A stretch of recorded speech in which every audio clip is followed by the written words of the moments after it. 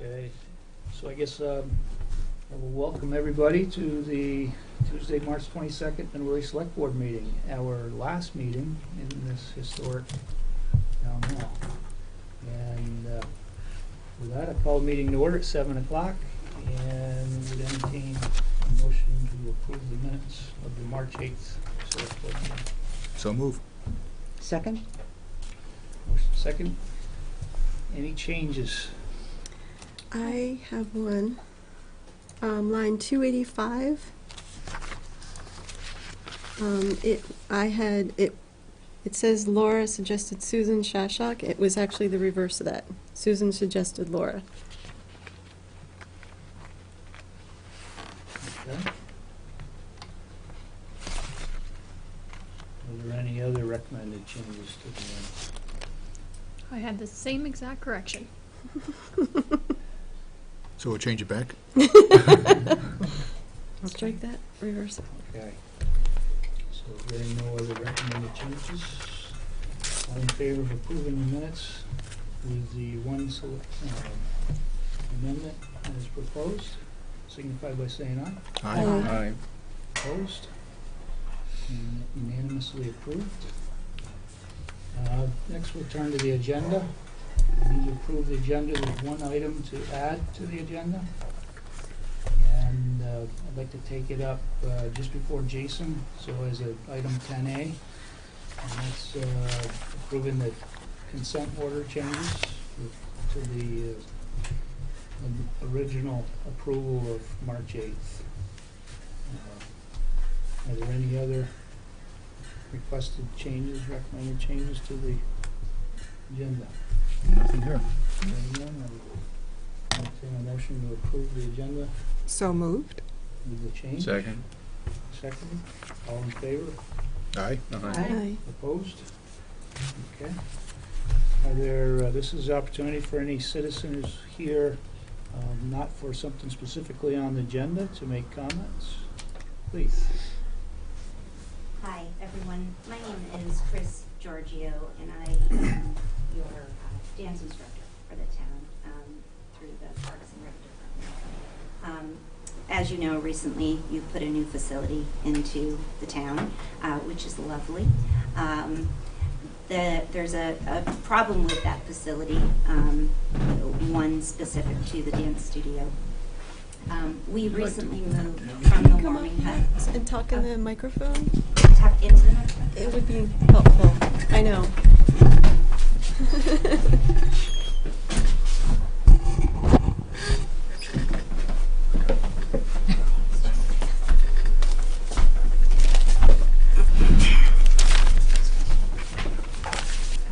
Should I start over? Okay. So we recently moved 160 dancers from the warming hut into the new facility. Since that move, which is 2 weeks, we've had 6 injured dancers and 1 injured instructor, which is myself. I actually went to the doctor today, and it's sad. It's frustrating.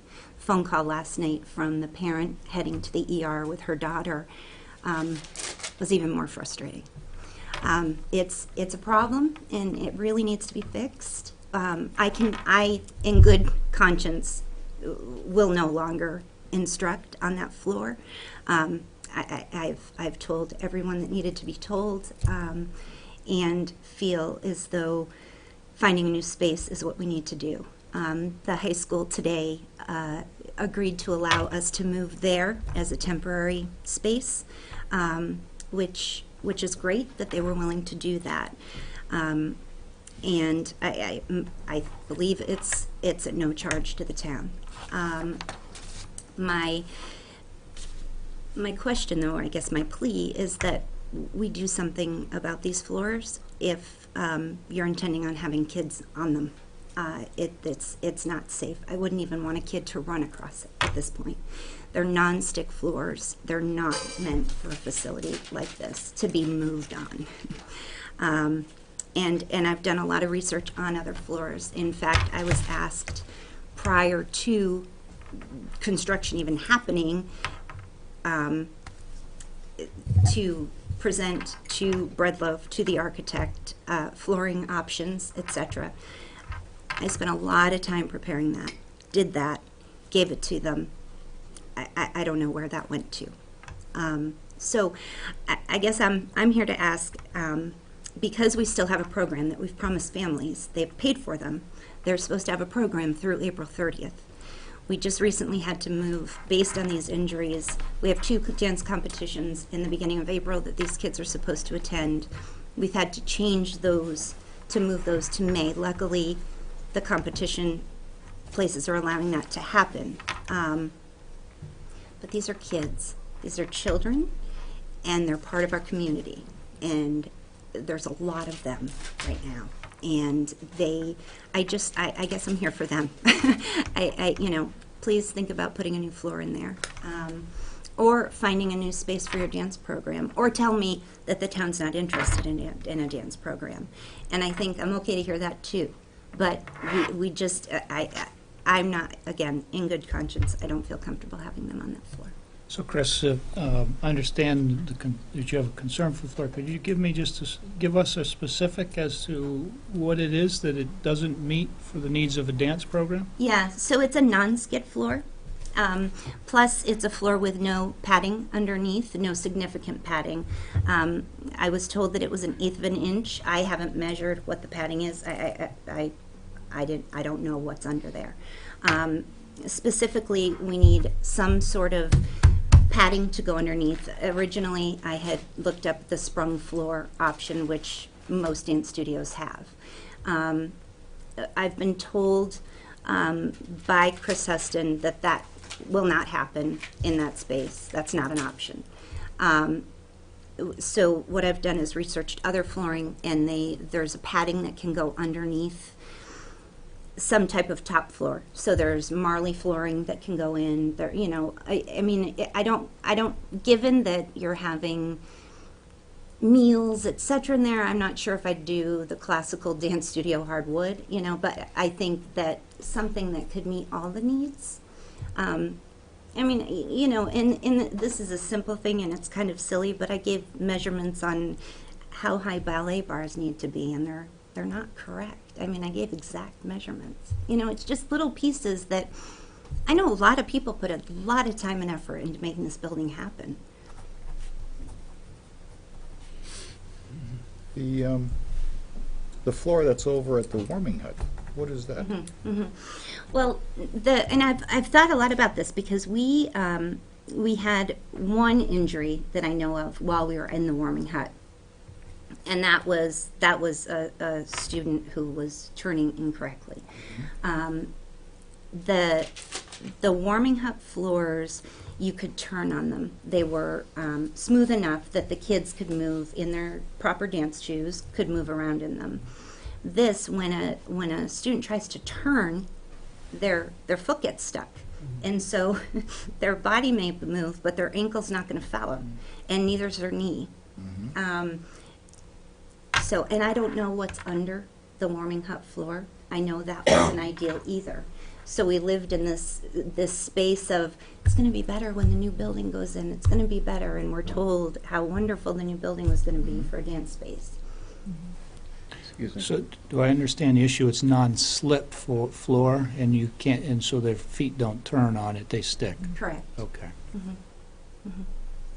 So non-skid and spring. So I take it, would the gym floor work for you? But because I suppose this question of scheduling and Yeah. mirrors and railings. So I have to tell you, I spent a lot of time the past couple of days trying to figure out the schedule. We've now had to figure out a whole new schedule, a whole new space. And again, I go back to, these are families that have counted on a program happening at certain times in certain places, and it's not happening right now. So the gym is sporadically available. I worry about putting tap shoes on that beautiful gym floor, and what's that going to do, and then you guys are going to have another issue, and I don't want to be the responsible party for that. But if it had the spring and the.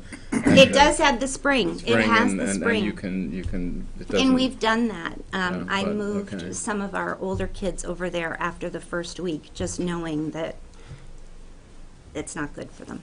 What would be the ideal floor? If you, I mean, I take it you've given the information. I have. That in my opinion, that was the ideal floor. But I understand that now that floor can't happen. Okay. So, So, Chris, I understood you were looking at some flooring that was going in Burlington or Chittenden County area with padding and, okay, I had a parent who is a contractor in that area, and he, I've asked him to give me figures on it. It was explaining that he's putting in a yoga studio, and that there's a mat that can be laid down, rolled down. He feels as though it's not too expensive, and then there's it looks like board to me, but some type of surface that's going on top of that for the yoga studio. Again, I'm not sure if that'll, if that will work for tap shoes. I don't know, but he is going to send me that information. great, thank you. Well, that'd be helpful, because part of this, and I think the flooring is a marmoleum product, so the resiliency is actually a cork layer that they put underneath it, so it gives a little resiliency. But it's trying to find this balance for multiple purposes. And so what I don't know is if it becomes a non-stick surface, what that could impact on other programs. It would be interesting to see what this product is, obviously, and to talk to Terry, look at the programs as a whole that are in there. I want to believe we can find a resolution to that, but I think we need to look at the big picture and see what are all the issues in there so that we do find the best answer. So your point is well heard. Thank you. And then we'll look at it. I think too, just so you have a little bit of perspective of how often we're in that space, given the number of classes we have to do because the program has grown so much. We are in there from September through April, Monday through Friday, 3 o'clock to 8:30 p.m. Okay. Is this something that Parks and Rec is working with the building committee on? I mean, it sounds like I'm not there's, sure. This is the first actually we've heard I this. think should go to the building committee, I would think, for, I just think the Yeah, I find it surprising to learn about this issue with the floor at this point, because Well, I mean, the information was provided almost a year ago. I mean, Right. whenever the discussion about the new building, the information was put forth to the architect. No, I'm not saying that about what you're telling us about with regard to the floor. I just am surprised that we have a nonstick floor when we knew that that room was going to be used for dance. right.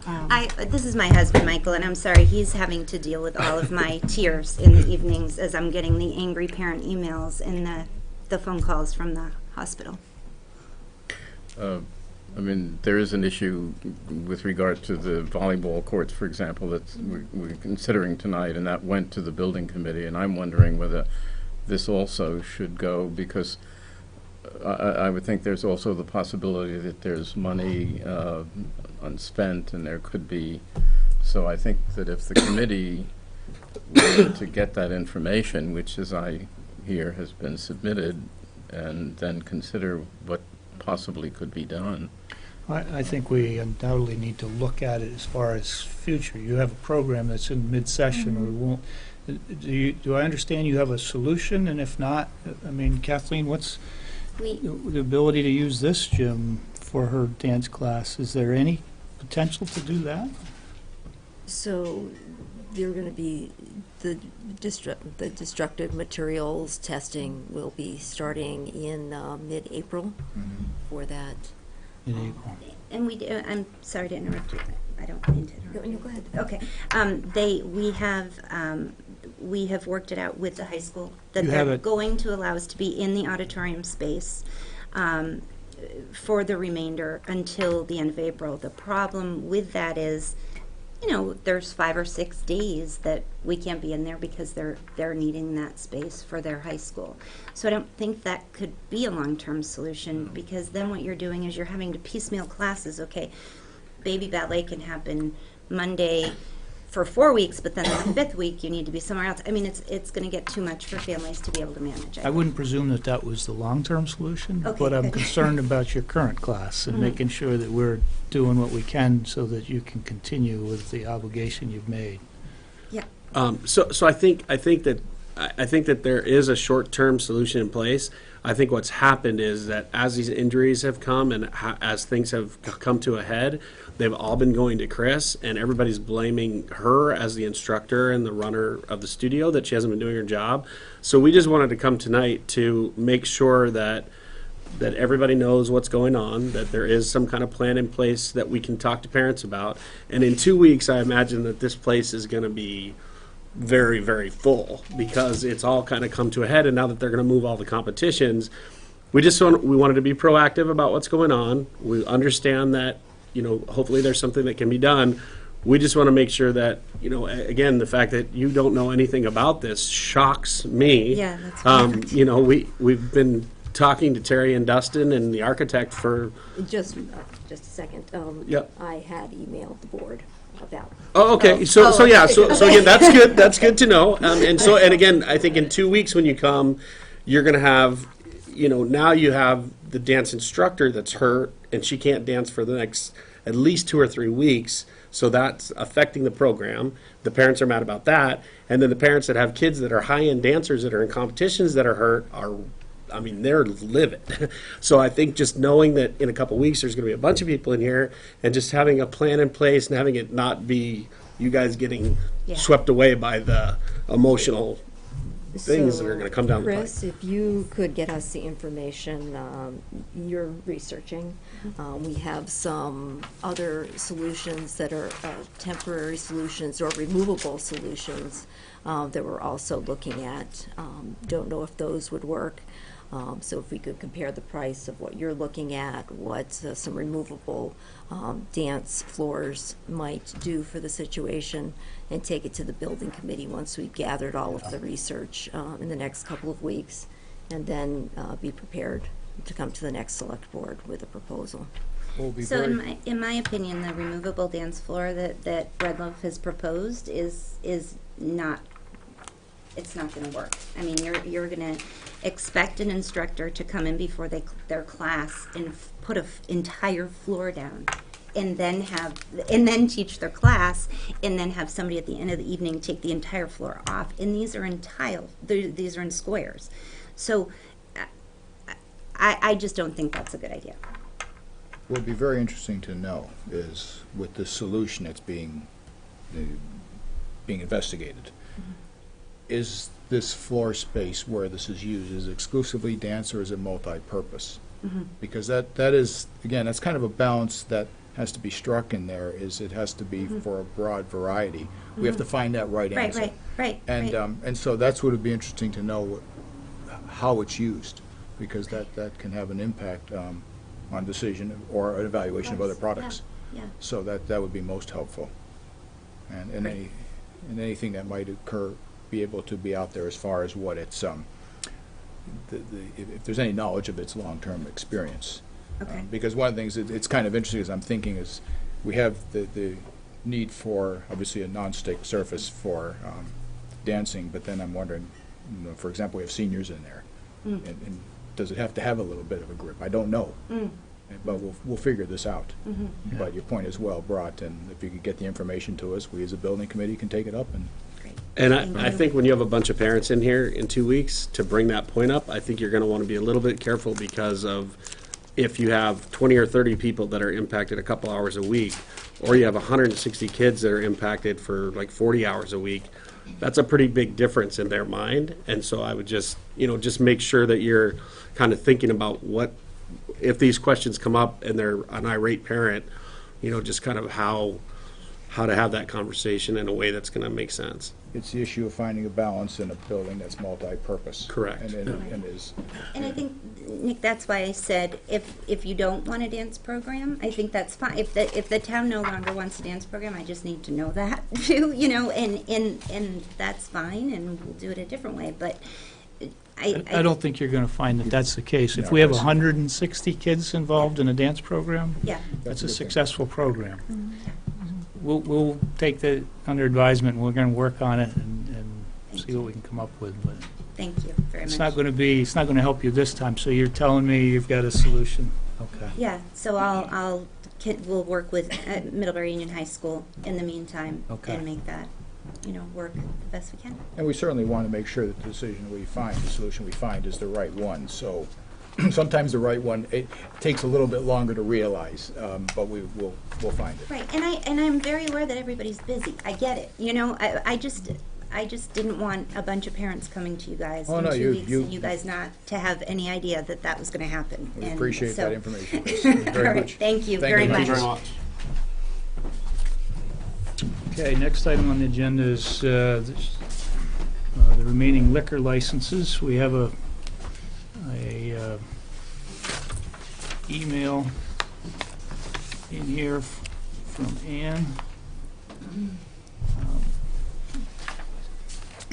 The only liquor license that she received that had not been received previously is a second-class license application from the co-op. And Chief Hanley has submitted all the inspection forms and recommends approval of all the applicants that we've received licenses on so far to date. Mhm.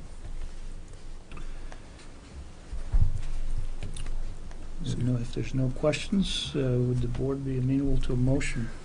I'd be happy to make a motion. Okay. Okay. I would move that to approve the second-class liquor license application for Middlebury Natural Foods Co-op and authorize Town Clerk Ann Webster to sign it on behalf of the board. Second. Okay, any questions? There are none, all in favor signify by saying aye. Aye. Aye. Opposed? Unanimously approved. Next is Jamie, and he's going to inform us of discussions he's had with Vermont Green Line. So- If it's okay with you, Brian, Mr. Rosignoli is not here yet. Okay? He Was- called me a couple minutes before the meeting. He's traveling down from Burlington, so I expect him here any second now. But he's Okay. not here yet. Let's see, John Friedman's not here. Nick, would you be able to? As long as we're going down the list, sure. Okay, we did, speaking of building committees for the town office and recreation facilities, we did have a meeting on March 11th, it was past Friday. Just a quick summary, everything is doing well in the new town office building with movement starting tomorrow. Have the certificate of occupancy, and that's going along, so it's well on its way. Recreation facility, as we all know, is up and running. The reason we had the meeting, the primary reason, is there was an issue concerning the placement of volleyball courts in there.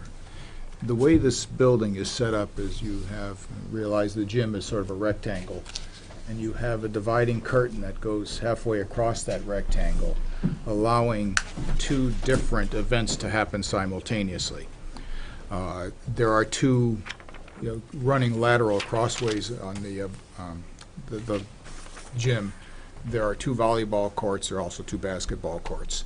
The volleyball courts, a concern had come up about possibly somebody who was playing in the back part of the court bumping against the wall and possibly injuring themselves. So we looked at that to find out what the answer was, see if we can find a solution. Turns out these courts are designed to this U.S. Volleyball Association standard, so they're in the proper dimension with that. But what the U.S. Volleyball standard says is that it's kind of when you have the opportunity, you add 2 meters, or roughly 6 feet, to either end, which allows the server to stand there and to start serving. If that's not available, as happens a lot of times in gyms, then they allow either a step in or a line that's further in for the play to commence. Where there was some concern is what would happen is if you had a tournament type of a play. For example, there's a possibility the high school may one day have a tournament, or a team. And at which point then it's desirable to have more room around the play field, or the play court. So we looked at the options of either, first of all, restriping the entire gym to have it so we only had one volleyball court running the length of it. That reduced the utility of the space because you could no longer have these two events or two simultaneous games going on. We looked at the idea of could we just add crash pads to the end of the pads, and go to this U.S. volleyball rules of allowing a step in. After discussion with it, we realized it's actually very similar to what we have with the basketball, where we have two courts. The crash pads would be beneficial for those as well. In fact, probably more so because volleyball tends to be net intensive, whereas basketball is all over the place. But then to add, and Sean Farrell was there from the high school, so he was quite good to have his input, to then be able to add an extra court running the length, and that would be in the middle. So it's just adding extra stripes, if you will, and then the post holes. So that gives it the greatest amount of utility, and to meet both the U.S. volleyball regulations, but then also the flexibility for tournament play. And so after listening to this, we decided that as a unanimously among our group that the best would be just to add the additional striping to give the maximum utilization. There was some discussion as to whether, because there is not actually a volleyball team at the high school, and whether we wait until that point and add it at a later date, or whether we just do it right now, while the building is kind of fresh and the whole issue is fresh in our mind. So the recommendation was to proceed with adding the lines. We'd had some discussion about how to pay for it, Kathleen, and did we arrive at that answer? Red Loaf will be absorbing the cost Okay. of both the crash pads and the new court. Okay. So then, that was the So as a follow-up on that, I've, in reading the board packet and preparing for it, I wasn't a part of the building committee's discussion. I was thinking through it, and I thought, well, the crash pads make all the sense to do that immediately. There's no team, and it seems like the drop-in program prefers running the two courts. They do. And so if there was not an immediate usage, would we not take that money and escrow it in the rec account and say that we would use that to add the court either when it was first needed or the next time we redo the court floor, so that we're not trying to feather in additional lines on a beautifully new painted, striped and sealed court. And so I just wondered, I guess as somebody who always chafes me when you have a brand new road and then you got to run something across it never looks the same. I guess I asked Chris Huston, and he thought it made a lot of sense with no immediate use for it. There's no additional cost to do it now or a year from now. Well, either one meets the objective. The objective is to have courts that can be played at right now in the Recreation League, and then courts that can eventually, if a tournament team or a high school team exists, could be adjusted for that accordingly as well. So either one, it meets the same objective in my mind. Well, the question would be that we would at least authorize it to go in when the Recreation Department recognizes the need for it. Would that be? I guess that was my thought, and Well- with the hope that we do it, that we wait and play it for a while with the crash pads and see if there's legitimate need for it. The high school, a lot of the argument for the center court is because you have youth, the potential of a youth high school. At least the way I read the notes, it was a youth high school team, and the kids, the liability of the kids not recognizing the boundary of the wall, and even with the crash pad, maybe having somebody get hurt. And so with the adult drop-in program, and they're playing it in other communities in similar situations, if nobody's ever going to set up that center court, why put additional lines on it if it's not needed at this time, is my only thought. Because one of the concerns was, an initial recommendation was to eliminate the two courts Right. and put in the center court and force everybody to use the center court. And the reason why the elimination of the lines was partially because of the fact that the lines can get to be confusing if you have too many in there. So anyways, that was just a question I would throw out to play the devil's advocate before the board. I wasn't a part of that initial discussion, but that certainly begged the question to me.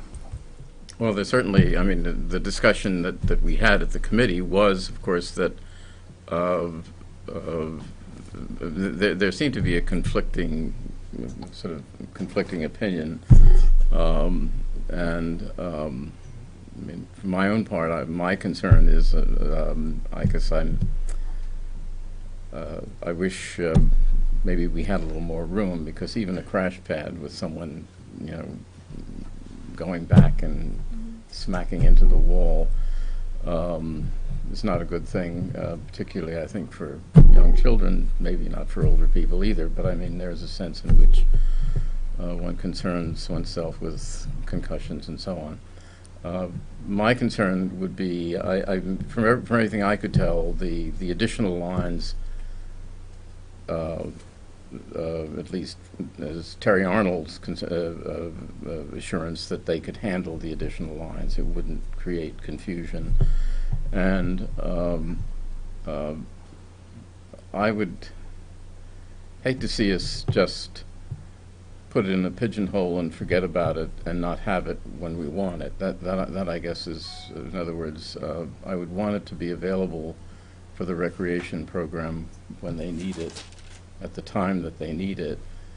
And I'd be a little concerned about delaying it, but I would go along with delaying it, I suppose, so long as we knew that it was going to be there when it was needed. And I mean, right now, adding, I don't think it would, from what I understand from Chris Huston, it's simply painting more lines on. It's not really spoiling this finished Yeah, thing. there is a difference in depth, because you're putting the lines Yeah. on top of Yeah. the Well, varnish. It's too bad Terry is not here, and I've had quite a bit of email chatter with her over it. yeah. Yeah. I think we disagree on that, so. What was missing for me was sort of what you and Donna thought about the situation. You come from Parks and Recreation, so I'm not sure if we should have Parks and Rec take up the issue. I think you bring up some good points. Everybody That's does. a good point. Yeah. But I think Parks and Rec would be the ones that would oversee that Alright. money, and that they could, I mean, it looks like there's some other issues too. I'd like to know, because you're the ones that are going to oversee it in the long term and have to be thinking about programming and things like that. So I would like your voices in there, and also see how you're going to plan for the money. I think you have a good idea. So, I don't know. I agree with Brian's suggestion that we escrow the money. I mean, Mhm. the money's there, so whenever we need it, it's actually Right, there, and it okay, can be so- used, okay? so So let's it's make not like sure the we money's have gonna that, go okay. away, Right. and it will be there and available should we need it. I don't see putting in additional lines if we're not gonna have tournament volleyball at this time. Right. I mean, if it could be to the point that if it's 5 years away or 3 years away or whatever, by that time there may need to be floor work done anyway, and I think it's better to wait that long. Because this does solve the problem to the best of our ability. The drop-in leagues can use the two courts. Mhm. The crash pads, it only came up because of the volleyball issue, but it will benefit the basketball That's players right. as well. Mhm. So those should be done right away, and if we escrow the money, certainly it's available, and I think that's a very good solution, I mean, Yeah. for what we're looking at. And then refer it to the Recreation Committee It to, would be up to the Recreations Committee to select timing. Yeah. right? So maybe what the motion is, if this sounds right. Yep. To accept the building committee's recommendation to leave the 2 existing volleyball courts in place as currently lined, to install additional crash pads along the wall behind the service lines, and 3, to place funds in an escrow account to install the new post holes and stripe a center court when opportunity arises. Second. Second, there we go. Like, Okay, comments, Heather? just a couple of things. I didn't understand from the information that was in the packet what was actually going on there, so I went and met with Terry on Monday just so she could give me an idea, so I just could understand a little better.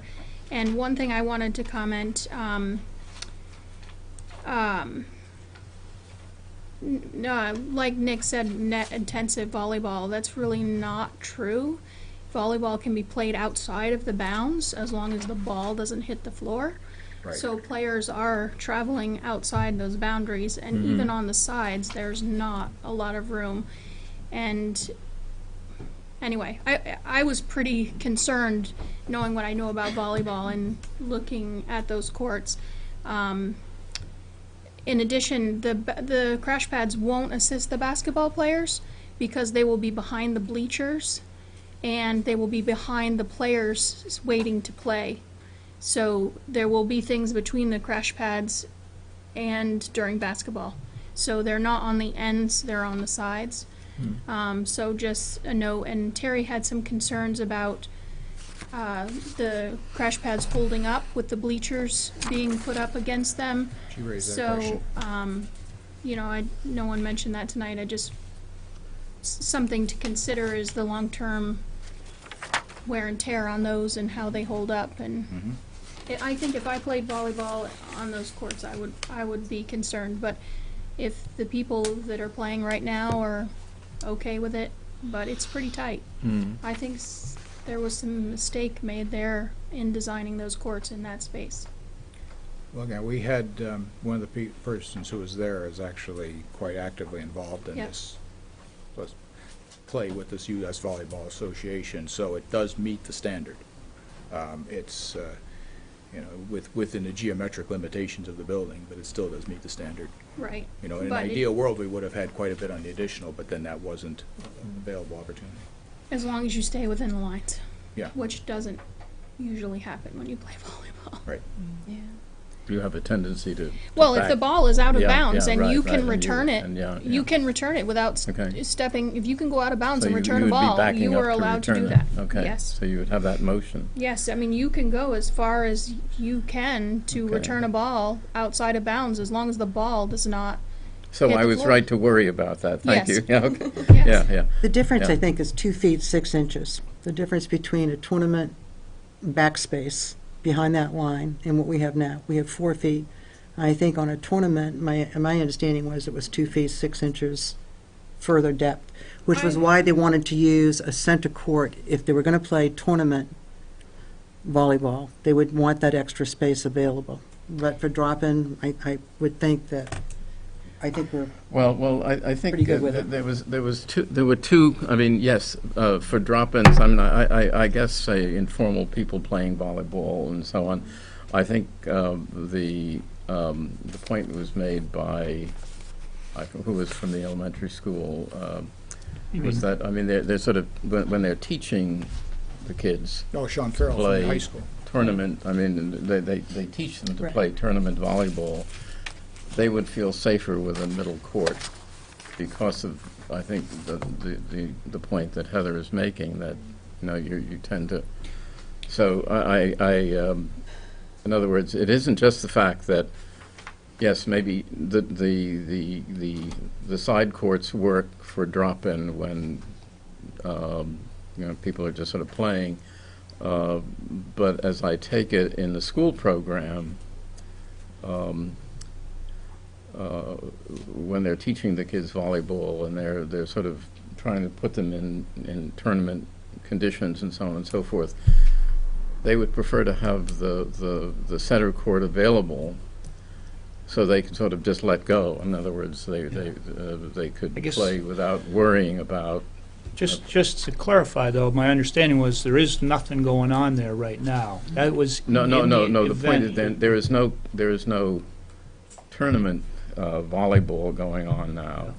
But the elementary school was making the point that when they teach the kids volleyball, they try to play under tournament conditions, which Right. means that they But they it could was the use high the extra school, and space. I think the They high would feel school safer. does that at their own gym. I guess that's why I Well- really need to sit down with Terry over this, and I think we can, as long as we approve it based on timing, because I asked 3 different times, is there something going on specifically Yeah. now that would use that center court? And I never got a yes answer back.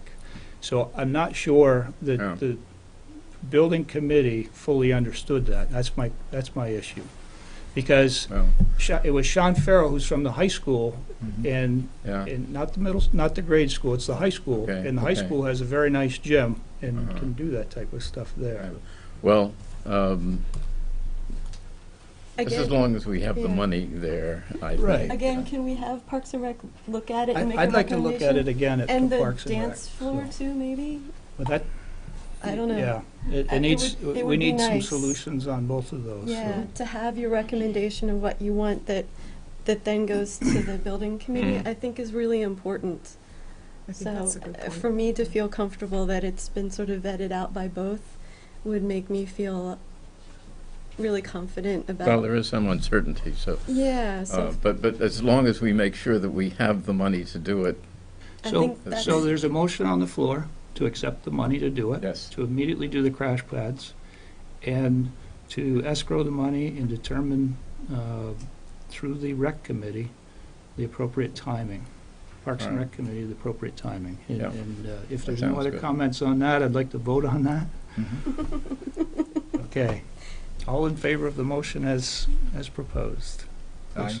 Aye. aye. I say no because I would like it to go back first, but I'm not really sure what's better at this point, so, but I'm fine with it either way, I think. Okay, and I'm going to vote aye. You want to take the money, though, don't you? Oh, the money I want. Okay. Yes. That's in the Thank you for motion. clarifying. That's in the motion. Okay, Nick, so approved 6-1. Nick, there's a couple other, and we'll finish your, Yeah, the one other thing in here was, we had approved previously, this board on February 23rd, to accept the town office committee's recommendation to earmark $2,000 in contingency funds for an art display system in the town offices. Essentially, it's a railing. Yeah. You see them in museums and the like. The number actually for the materials and installation came in higher. It's $2,623. So what is being requested is to approve a change order for the corrected amount. So rather than $2,000, it would be to approve a change order totaling $2,623 for the purchase and installation of an art rail hanging system in the new town office building. And actually, Kate Gridley has very generously offered and has a committee together to evaluate how art will be displayed, setting up a policy for how art will be displayed in this building in the future. So anyway, that the motion would be to approve the change order for $2,623 for this device. so Nick's made a motion to approve the change order for $2,623 for purchase and installation of an art rail hanging system, which is $623 more than what our previously approved change order is for. Have I got a second for I'll that? second that. Second. Any comments? Go ahead. So we do have the money in the contingency It's in fund? the to contingency do- fund, oh okay. yes. And is there a balance on that? I don't have it available? with me, but there is. It's about $25,000 combined between the two projects. We're almost done. We're I was almost just curious. done. Yeah. Oh, no, we're covered on that. Okay.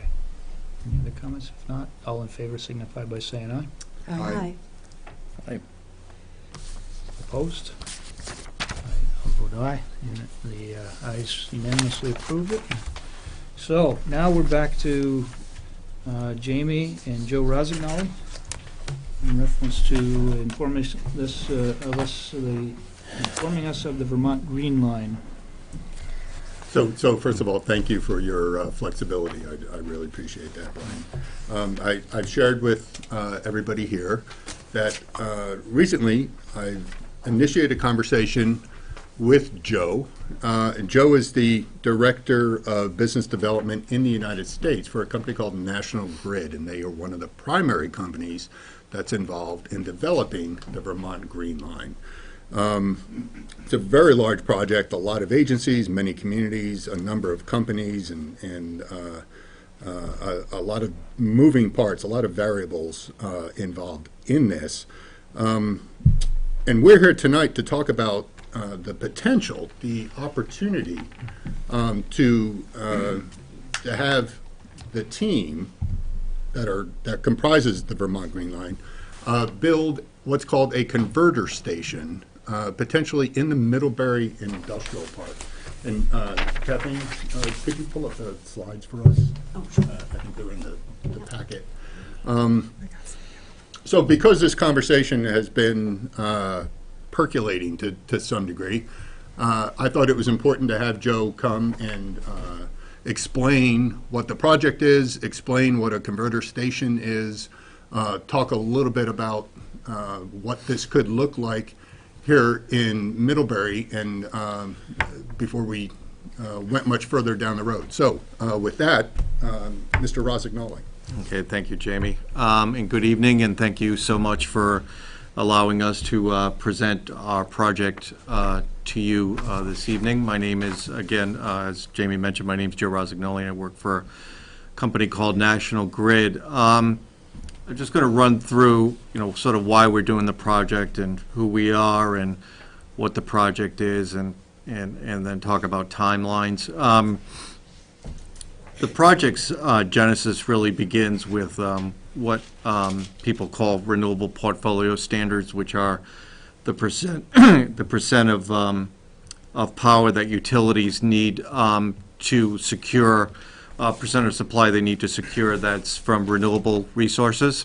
And those requirements have been on the increase across the region, and in fact, they've increased so much that the supply of renewable power that would be available for the utilities to procure hasn't been keeping up with it. So that's really led us, National Grid, with our development partner, Barrick, to start thinking about ways of delivering additional quantities of renewable power into the region to make it available cost effectively for customers to meet these additional requirements. And particularly, it drove us to look at combining wind and hydropower, and the reason for that simply is that wind power, sort of the output of wind power declines and increases across the day depending on, not surprisingly, how much the wind blows. And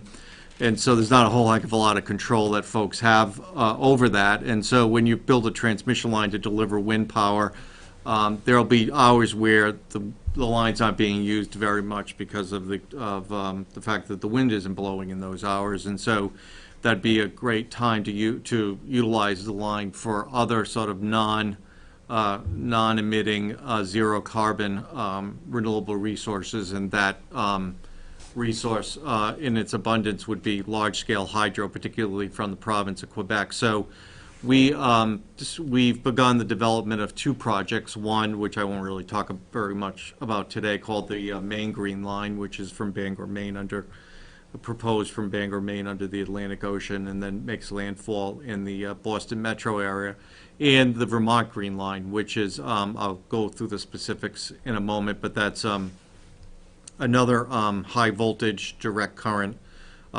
proposed transmission line from Beekmantown, New York, just north of Plattsburgh, under Lake Champlain, and then making landfall in Kingsland Bay State Park, running through or under Ferrisburgh town roads to Route 7, and then south to a converter station proposed for the junction of 17 and 7 in New Haven.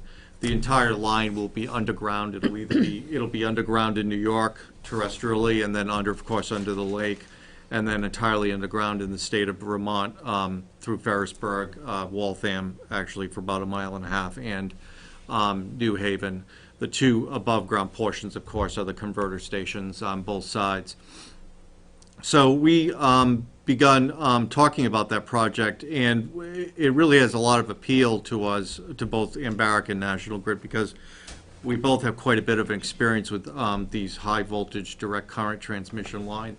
In fact, National Grid is the owner and operator of the largest such line that is in New England. In fact, it's the largest single source of power in New England. It runs from up in James Bay, about, I don't know how many hundreds, 800 miles north of Montreal, all the way to the international border, and then through Vermont into New Hampshire, and then down to Ayer, Massachusetts. We also operate, and we've developed and owned and constructed a number of HVDC lines in Europe, from Britain to Belgium, Britain to France, etc. So we have a lot of experience with that, as does Embark, because they've done quite a bit of work on. They've done particularly two independent transmission lines, HVDC, from New Jersey to New York. So joining forces made a lot of sense. And so turning to the project itself, $650 million of investment, about 7 miles in New York, 40 miles under Lake Champlain, and then another 14 miles in Vermont, landing in New Haven, Vermont. So I think we've sort of marched through that one. So so this is a good visual simulation of that focuses on structure heights, and you can see that the project is meant to blend with the local aesthetics. Namely, we're trying to make it look as much like a barn as possible. The project has 3 buildings, really: the converter station, which is on the left, and the converter valve hall, which is on the left, and that's actually where the conversion of AC into DC power into AC, or AC into DC would occur. And then the administrative building, which is in the middle, and then there'd be a storage building to the right. It's important that these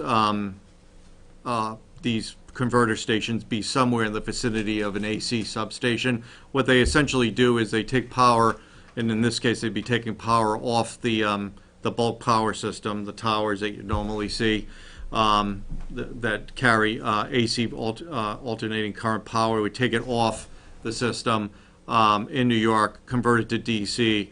The power would travel over these lines, and then over our line, and then be converted back into AC in Vermont, and then be delivered onto the existing AC system in Vermont. So it's important that, because that conversion occurs, that the 2 converter stations be somewhere near in the vicinity of electric substations, and have access to the bulk power facilities of the region.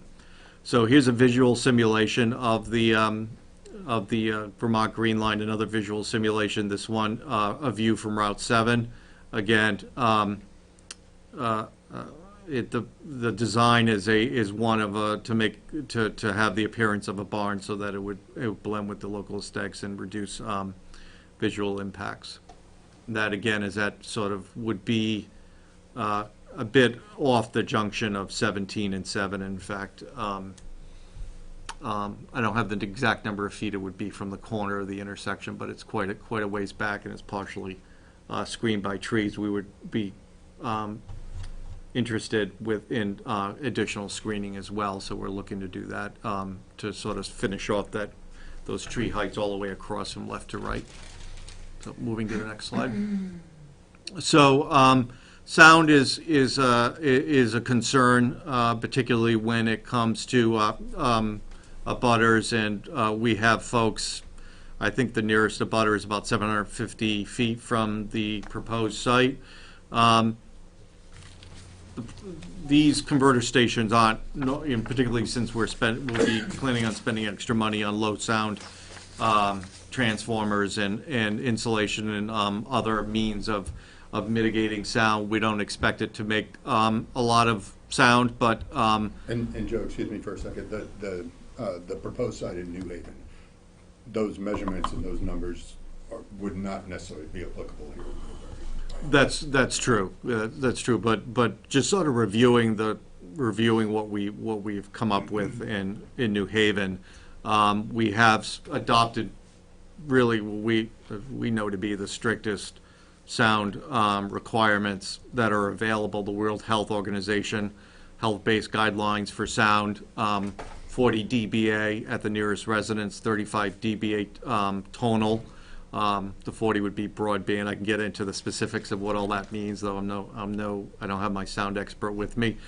But what's important to sort of, to you, I think, in terms of, or to anyone that has an interest in sound from these converter stations and what it means, what's on the next slide. You can see here. So you can see, yeah, if you just lift it a little bit more, please. Thank you. You can see what 40 dBA means. I was sort of struggling with this when I first got into this project. We started talking heavy about sound. 40 dBA is about the sound one would find in a quiet office, and 30 dBA is the sound one would find or hear in a quiet library. So that's about on the scale where you'd find 40 and 35 dBA. So at the exterior of the nearest residence, it would be fairly low sound. Next slide, please. Could I just ask, I mean, what distance are you talking about when you say at the exterior to the nearest residence? I mean, how far is that? About 750 feet would be the nearest residence, yes.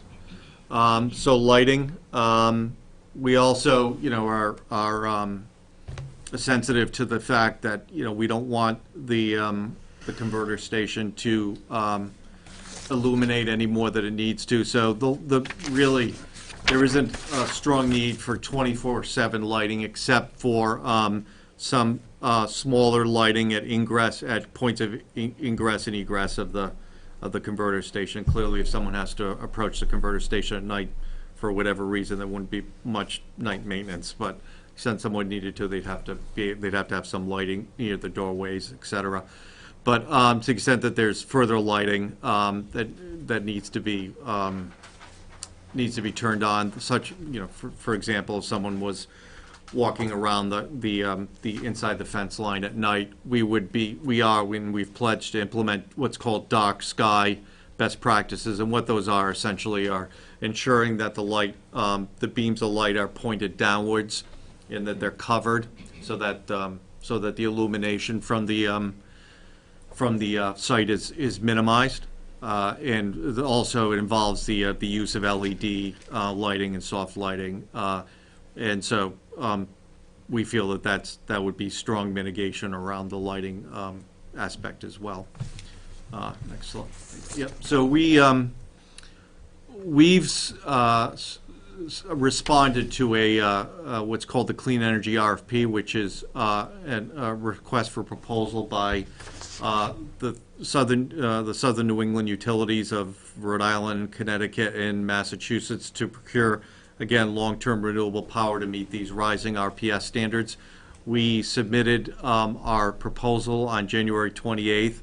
The timeline that the states have imparted to us is that they would be looking to select the projects probably mid-year. It could be as early as the end of April, but the way things are going, that's probably unlikely. It's probably closer to mid-year.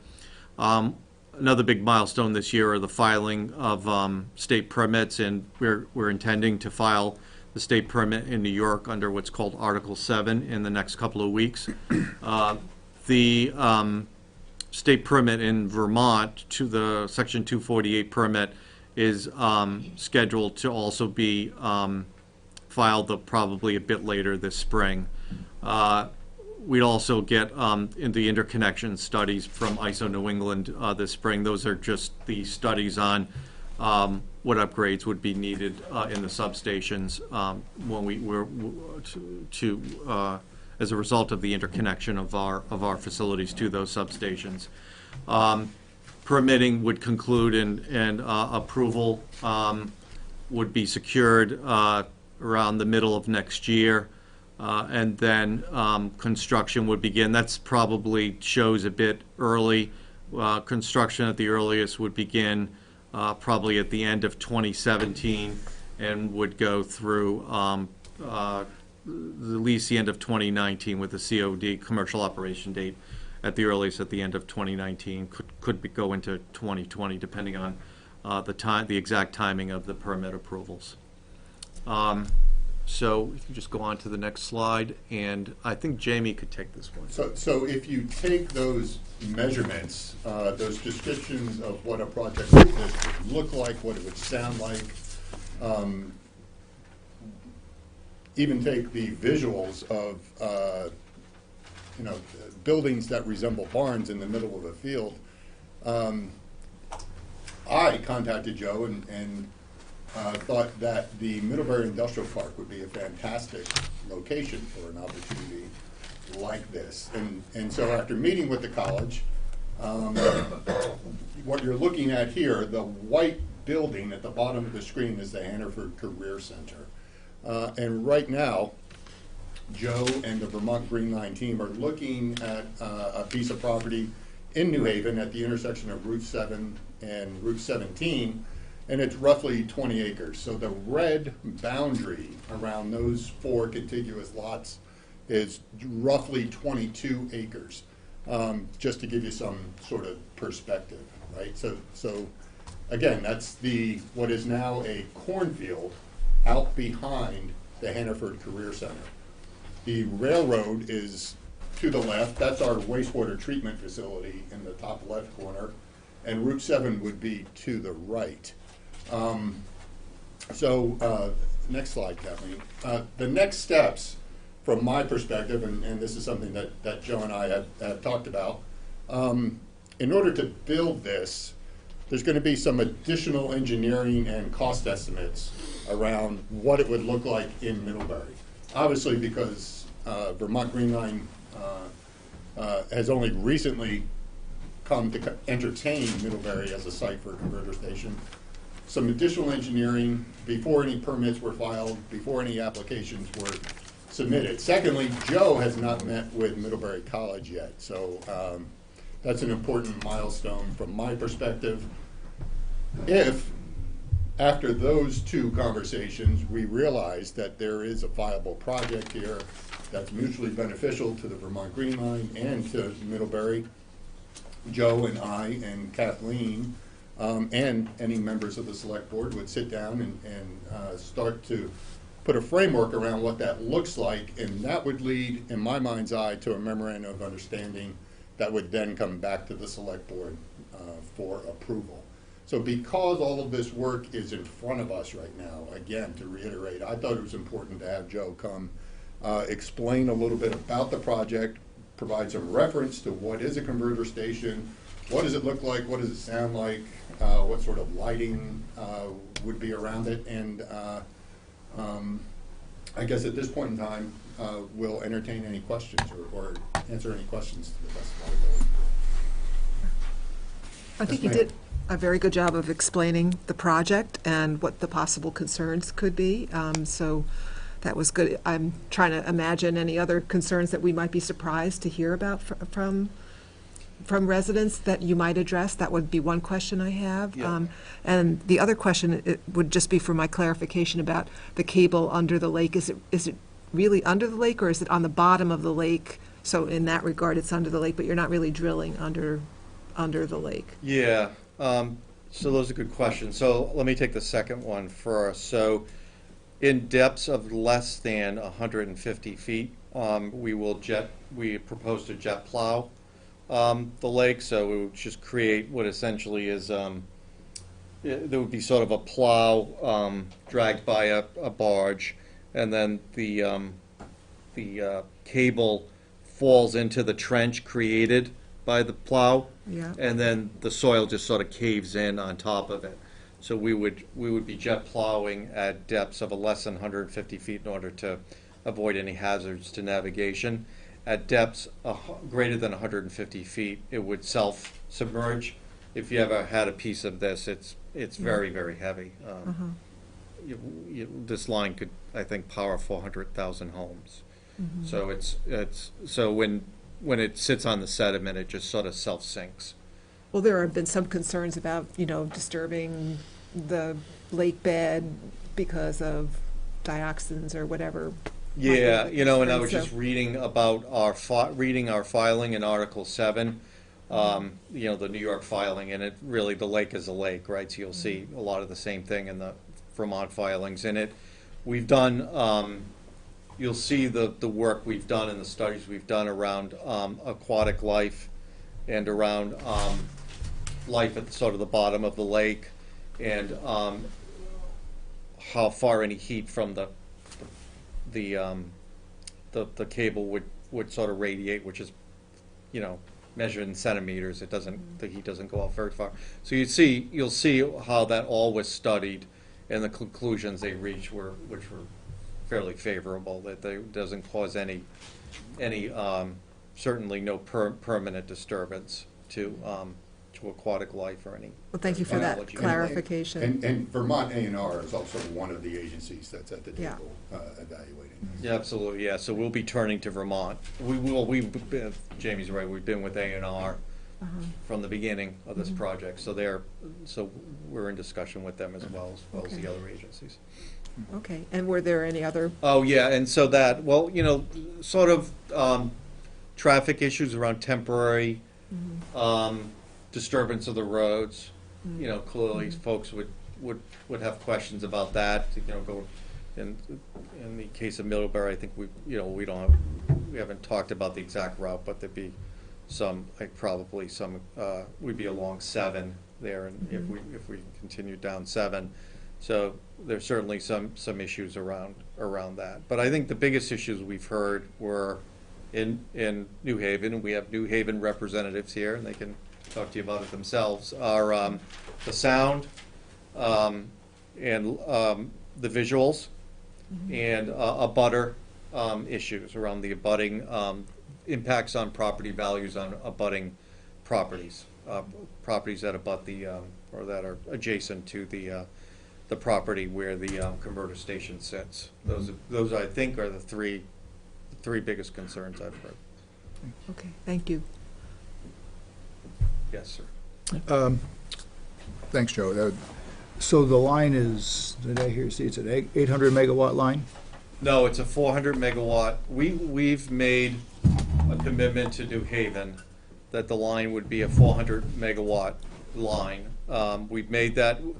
The reason we've made that, they asked for that concession because there was a concern in New Haven that having an 800 megawatt line would raise the prospect of later having upgrades if we ever went to 800, because in all cases the converter stations are rated at 400. So whether we have an 800 or a 400 megawatt line there, the converter stations can only generate at 400. But that if we had the 800 megawatt line, that would allow us to just upgrade the converters sometime in the future. Would be a multi-million-dollar upgrade, but 5, 10, 15, 20 years from now, if we upgraded the converters to go to 800 and thus be able to generate 800 megawatts or deliver 800 megawatts of power, that there would be some impact on the surrounding AC system of that's located in New Haven, that there would be upgrades to lines that in order to accept the 800 megawatts, they'd have to, there'd be new lines or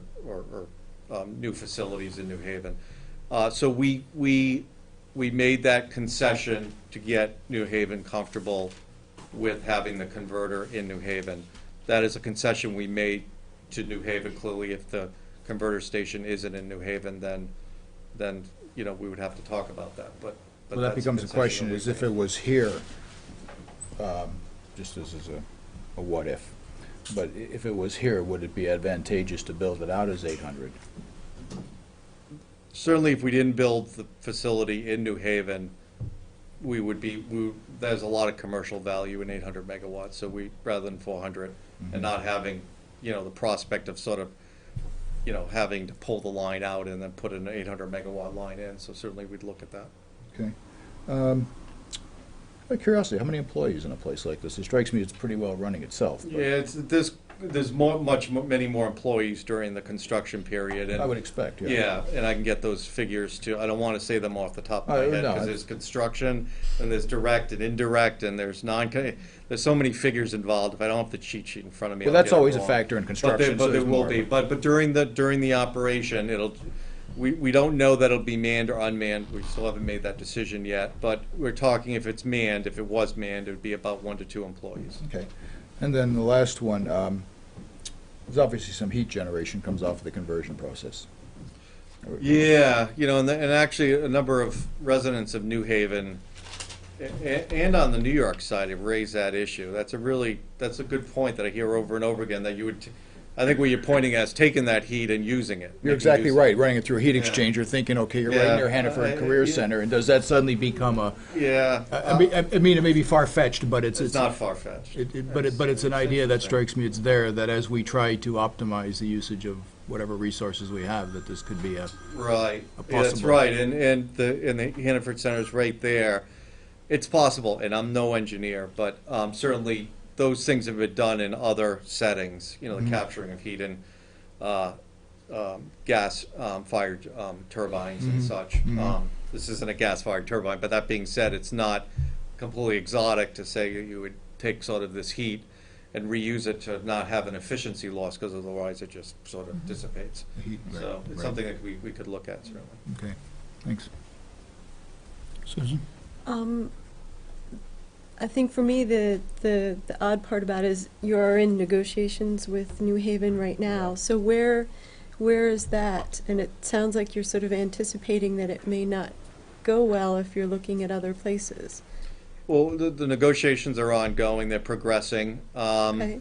but they are taking a bit longer than we expected. That's not to say that we're not continuing the negotiations, we certainly are continuing the negotiations with them. But, as time rolls on, it does produce pressure on our permitting timeline, and we do have to meet a commercial operating date. So with the march of time, we did feel that it would be prudent of us to begin talking to neighboring communities about this, and that's really what brought me to Jamie and brought us together. But where's New Haven in their timeline at this, where's your timing with them right now? Well, we don't really have a set timeline. I think we're just, we meet regularly, or we have calls regularly, and we discuss the project. There's really 2 topics, the impacts and then the benefits package, right, are sort of Okay. the 2 things. And so we're still in discussion on both those categories, I think. I thought they were having a vote on it soon. Is that, that's Well, we have not the New correct? Haven people here, but I didn't know about any vote that was. Oh, okay. that I was wasn't involved. sure where I think was. that they've said that they'd like to ratify whatever decision was made Mhm. by the select board with a vote. I have heard that said. Okay. I don't know if that's an official decision. I didn't really get a good sense of the timing, so I don't know. Okay. I wish I had a good sense of the timing. Okay. And I don't. We haven't, New Haven and the project haven't agreed that we will sort of reach a decision by this date. We haven't, we don't have a timeline around the negotiation, except Okay. that it's ongoing and that we meet every week on it. There is progress, but, it is taking time. Okay. I'm sorry, I'm not, That's, I don't have a timeline. I wish I it did. sounds like that. Okay. Yep, thank you. No, I don't have a question, but am I correct in understanding, what we're trying to determine is whether or not we would be interested in negotiating or having the opportunity to negotiate concerning the development of it here as opposed to elsewhere. I think that's what Jamie is bringing Joe to us, is to explain the potential of the project and to ask the select board if we are interested in having him pursue discussions with Joe. And just to pursue what it would look like if it was in Middlebury, and as whether that be an alternative or a fallback, or however, really it's Joe's business's plan to look at what he wants to do. So. And specifically Kathleen and myself. Yes. Kathleen and I both. Yeah. To engage Joe in a conversation around what this potentially could mean for our community. My comment was, I don't see any negative in that, I only see a positive in that, so Mm-hmm. my opinion is that I would love to see us go forward with that. Heather? Can I Certainly just ask a provide quick us with question? more information. Well, I mean, that's, I think, what the negotiation would be That's what about. it'd be about. You mentioned in your presentation that there would need to be proximity to a substation. Is there one in the industrial park, or are you then having to reroute things back to New Haven? There's a couple of different ways. We've been in and this is just a very new discussion, but we've Okay. talked to the, I guess what I'm, sorry, I'm just gonna clarify a little. Yeah. Is there additional infrastructure that has to go in Middlebury to accommodate it? Or The- what? there's I a guess couple it- of ways you could do it. One way is. There are options. Yeah, there are Okay. options, yeah. There are Okay. options. So it's doable then here? Yes, Yeah, it's okay. absolutely doable, Okay. yeah. There's certainly the substation is not far from here. It's not dozens of miles from here. Okay. So, Okay. and the 345 line is not far from here. Laura, you look like you have a question. Well, it's just a comment that it seems like it's good that we would have an option here, and we want to be mindful of our neighbors, New Haven, you know, that they've had whatever time that they've needed to respond to the project too, because we have done other work with them, other energy projects with them, and we want to be considerate of that. Understood. If there are no other questions, the board's Are you looking for a interest motion? I'm looking for a motion for the board's interest in whether to authorize Kathleen and Jamie to pursue what the project might look like in Middlebury.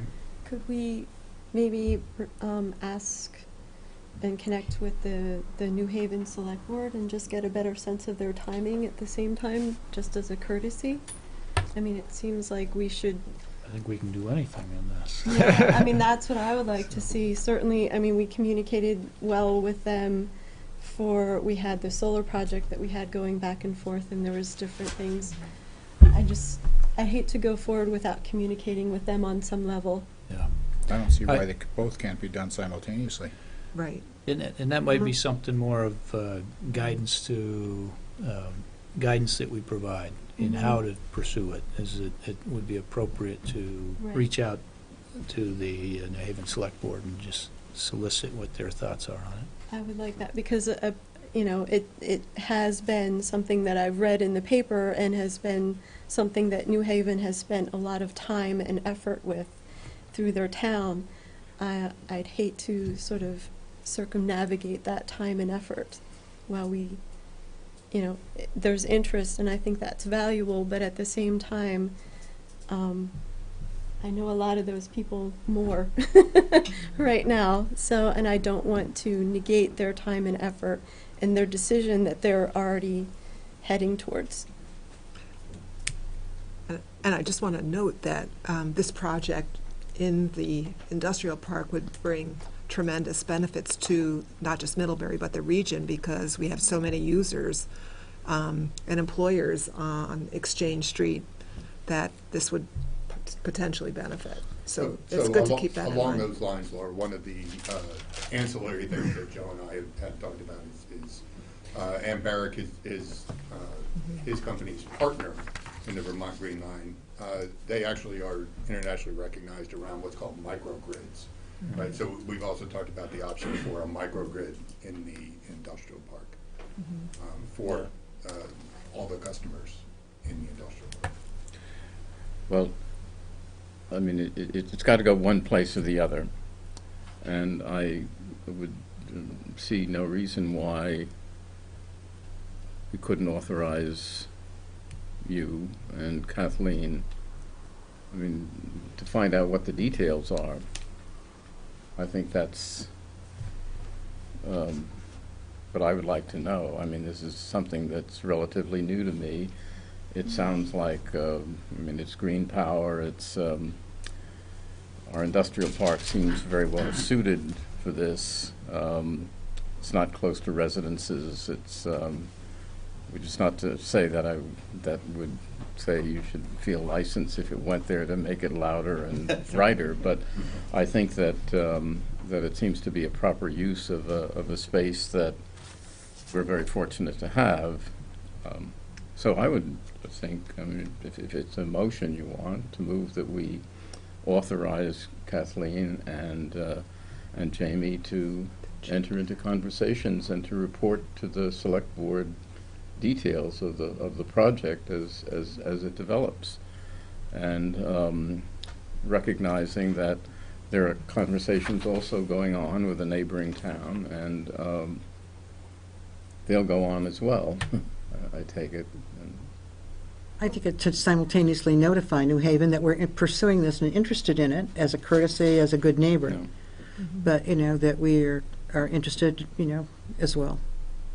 And Okay, so it sounds like. And to develop a memorandum of understanding, or what, in your motion, maybe to develop a memorandum of understanding of what that might look like for the town of Yes, it Middlebury. would move in that direction, yes. Yeah.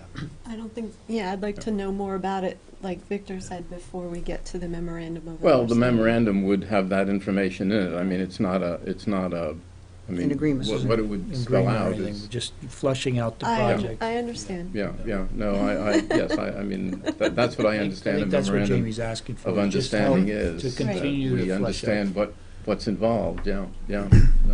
Okay, so I think I understand your motion is to authorize Kathleen and Jamie to continue the pursuit of discussions and to develop what that business plan might look like, and a potential memorandum of understanding to bring back before the select board to consider the project, how it would look in Middlebury. Is that correct? Yeah, And the communication part.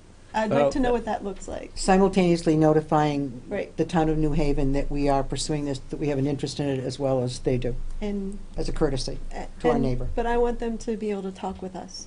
Right. yes, but I mean, we're, I got that. at the end, I mean, if they make the arrangements, then they make the arrangements. If we make the arrangements, we make the arrangements. Yep. I think that I we're thought Donna said separate it well. institutions, yeah. So I think you should second it, Okay. Donna. Second it quickly, we're all being very careful. So Donna's seconding it. Are you okay with her addition? Yeah, sure. Okay. I have no problem with that. All right.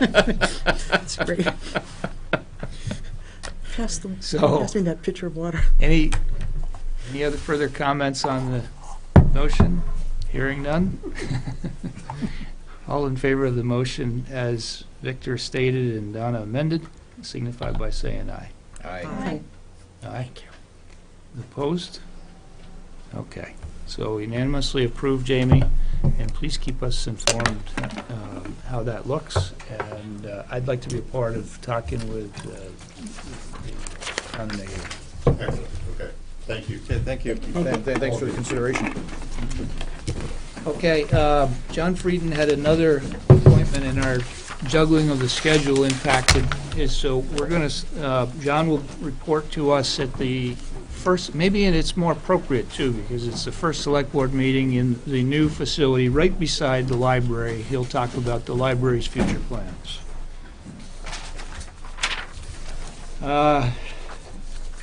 So next on the agenda is the 90-day parking trial. Chief? I'm here. You're here, yes. The Yeah, room cleared out. The chief has submitted testimony previously on this, and I'm glad that he came to us, being the brave man that he is, to continue. Talk about this our favorite discussion. topic. Parking. I'll go on there, I don't know anything about. Oh, come on, where your band's been playing, the floors are You sticky. saw it on Facebook, Tom. So, Anyway, so I'm coming to you tonight with a proposal to try out 30-minute parking in 5 spaces behind the new town offices at 77 Main Street. And until June, informally monitor it, and then have our parking ambassador keep an eye on it as well, with the understanding that this is completely unenforceable as presented, until the board decides if it would like to do something like this in the long term or approach something else. If I might suggest, you actually extend that trial period through the summer. We've got different parking periods. Parking is different at this time of the year as it is in June, as it is in July and August, and it changes again in September. Parking patterns and things. So I think you'd really want to get at least a 2-season look at this to see if this would work. It is difficult to enforce 30-minute parking. You really have to have somebody standing there the whole time or put a meter up. Generally, a 30-minute well-posted sign is self-enforcing. People are going to come and go and see that it's there. It would effectively be enforced for probably a little bit longer than that, maybe an hour or two. But I think a 90-day sample is probably a little too short, and I'd like to see it go through a couple of parking seasons. And Donna, as your experience downtown, you know that the parking patterns change as we go through the year. They do. Once we get through the summertime and into the fall, we'll have a better look at what's going on. We'll have a So- spring. That's a great idea. spring and fall. I totally agree. End of September, or Columbus Day, or? Yeah, we usually go through Columbus Day. It's usually the mid to late October when there's a turnover in the type of parking we see.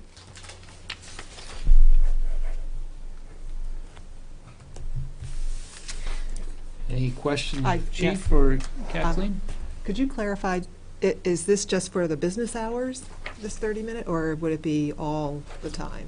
It's typically, if it follows with our ordinance now, it's typically daytime hours, Monday through Saturday. So what would the sign say? It's typically what they do now, 30-minute parking, Monday through Saturday, 7 a.m. to 5 p.m. or something. Because for meetings, it would be nice to be able to be there for longer than 30 minutes. Yeah, we're not, parking is not a problem after 5 o'clock anyway, so it's not an issue, but typically our ordinance ends at 5 o'clock. Okay, so that's good for people to know, that they understand that, if they're coming down for the evening, that it's not affecting that time. And with that said, Saturday is probably not an issue either, unless you're going to be doing town business on a Saturday, which is unlikely. I mean, I think you want to have the time more for longer-term parking on a weekend with guests and visitors here, unless, I don't know what the plan is for that, but I don't see a reason to be 30 minutes on a Saturday unless No. somebody else does. Monday through Friday, 7 to 5. Yeah. Is that what you said? Yeah.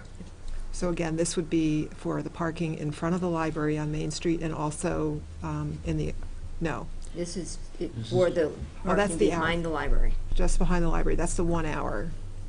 And No, strictly, No. and strictly That's the 5 30-minute. spaces. Yeah, but That's there- the 5 but spaces behind she- the building. Right, Right. but the chief had also mentioned there were 5 from the Rotary in the front of the library up past the theater, so I think Laura's including those. The ones we're talking about are the 5 behind. The town office. Right. I don't know why the 5 in front got included in that at some point. Did you just think that was a good plan, though, to add the 5 in front as well? Just thinking the turnover, I don't know what the turnover in the building would be, and I think Right. that kind of has to be monitored. The folks that work in the building have a better handle than I do as far as the coming and going, which fluctuates during the course of the day as well. So I don't know if you want to have longer-term parking on the street and just that convenient parking in the back. I think some people will find it more convenient to park in the front than navigating the Rotary and going around the back by Mr. Rupp's and then coming up and finding a parking space, if they can just simply park in front of the building and run in and deal with the clerk's office or whatever they have to deal with. I don't think there's any harm. If we're going to test something, Yeah. the half hour has a big advantage both for the library and the town offices. Because, I mean, all along, we've said if you want to drop off some books, I mean, that by adding the 5 in the front as well as the 5 in the back, you've got 10 places that are available between the town offices and the library to do very quick turnaround business. Yeah, and typically, we don't write any overtime parking tickets in those 5 spaces now on the street because people do Right. come and go. It's a Right. very quick turnover in those 5 Yep. spaces. So that might very well fall into that. Okay. I hate to jump ahead to the next thing, but it's also parking. Did we want to test out that one too? during this time period? If it changes and we need to take it out through Columbus Day? Which one is that? Can we take them You one at a mean time? the 1 hour and I the, was just gonna The say storm that, cap. The other one is in relation to a business being able to have customers. yeah, come I there. I know that we were gonna have to change, it just occurred to me if he's willing to change and have a long test period for this, that we may wanna consider that for the next one too. are you talking about storm? Yes. Yeah, Well, I don't think that, my opinion is that's not a test, but that's just my opinion. N- Only I- because it's I not think that presented as that's a an test. action that's been requested of us. All the other business areas downtown have that 2-hour maximum. Okay. And there's no reason, in reality, I guess because it's just never been requested of us before, that wasn't included. I would think we'd take the opportunity just to do it and That's have fine. that be done, as opposed to trying to, Okay. test it. So it sounds like what we're looking at I'm here fine. is a motion to approve. Will we look at it 180 day, or do you want to take it through a specific calendar date? Columbus Through Day? Columbus Day. I'd is say what through we- the Columbus Day weekend. Yep. So that would be the, what? That would be the 12th or something this year. I don't, Yeah, probably. whatever Columbus Day is. Okay. I go through the weekend. Okay, so then basically the motion is to approve a trial for a 30-minute parking time limit through the Columbus Day weekend to limit for the 5 designated spaces immediately behind the new town offices, and there are 5 spaces confirmed in front of the library? The spaces in front of Yes. Library, okay, so that's the motion. Okay. So I have a motion and a second. second. Second from Victor. Can I ask a clarification? Yes. We're talking about including additional places behind the library No, or the on 5 the street? 5 immediately behind the town offices, Right. and then 5 on the street Okay. that are in front of to the side of the. So not those Sorry, I others. thought I heard you Yeah. say behind the No. library. Okay. Okay. I actually heard that too. Good but I point. Okay. So any other I know comments he meant on the other. the motion? didn't. Hearing none, all in favor of the motion signify by saying aye. Aye. Aye. Those opposed? Unanimous? Now we go to the Storm Cafe parking. And the Storm Cafe parking, is that parking along the riverside? That's On right. Mill Street? Mhm. And, Can I ask a question? yes, Kathleen had said in the memo that you had talked with Dan and it was an acceptable maintenance burden. Do we have any idea, numbers-wise, what that means? What's an acceptable maintenance burden? Is it a couple $1,000s a year? Is it, I mean, I think it was a matter of dropping the plow when they go by oh, okay. on Mill Street. I just didn't want to take on Yeah. somebody's idea of an acceptable burden may be different than mine. I That didn't was just- Dan's take on it. So we don't have any idea numbers-wise, but he not anticipating any huge significant, yeah, okay. Oh, in addition to that, there'd be the sign maintenance. You'd have to post this. There's signs up there now that would have to go. They're private signs. They would have to go maintaining the parking markings. It's a once a year when you're doing everything else. I don't think it's exorbitant. But Okay. just so you know, that goes along with that. Okay. I just wanted to have an idea of what we were adding budget-wise to, Public Works. yeah. Exactly. Okay. It's a good question. Any other questions on the proposal to establish a 2-hour parking time along Otter Creek on the Mill Street? Okay, I would entertain a motion then to support that request. I'll move that we authorize Chief Hanley to draft the appropriate revisions to the town's parking ordinance for our review at a public hearing to be scheduled. I'll second. Seconded by Susan. Motion made by Laura. There are no other comments? All in Just, favor? just Yes, offer Chief. one, I think, just on a point of order on the ordinance, we changed the parking ordinance some years ago to create a downtown parking district where the select board, if they take an action, the action is effective then. And then we just attach the minutes to the ordinance in the clerk's office. So it's, Oh, okay. that had to cover a lot of rapid changes in parking things downtown. I think we've talked about it ad nauseum about it, but it was quite a cumbersome process to put up a 2-hour parking sign. as opposed to now, it's just the board can enact that, and it just gets incorporated, and we don't have to go through a public hearing process on that, So unless you want to. So I think we need to amend We can amend that. Yeah, the motion and to just adopt as opposed to authorize to make revisions to the ordinance. So people have to park as posted and marked. Okay, so I amend the motion accordingly. To adopt a 2-hour parking time limit on Mill Street adjacent to the Storm Cafe.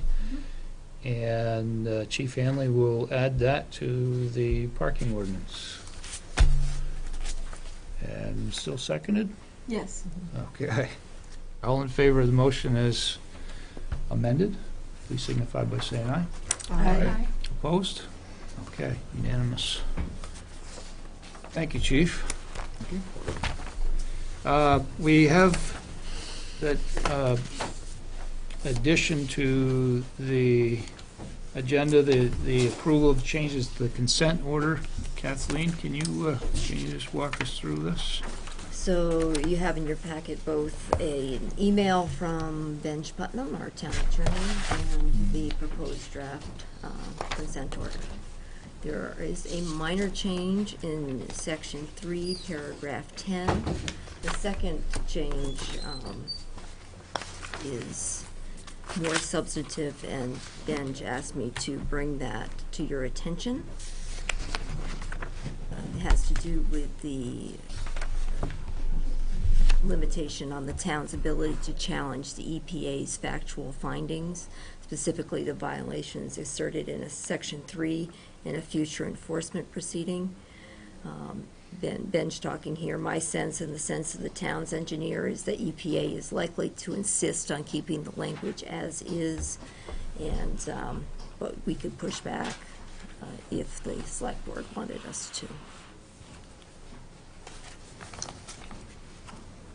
So, I was hoping that he would make a recommendation to us on whether he thought we should push back or not.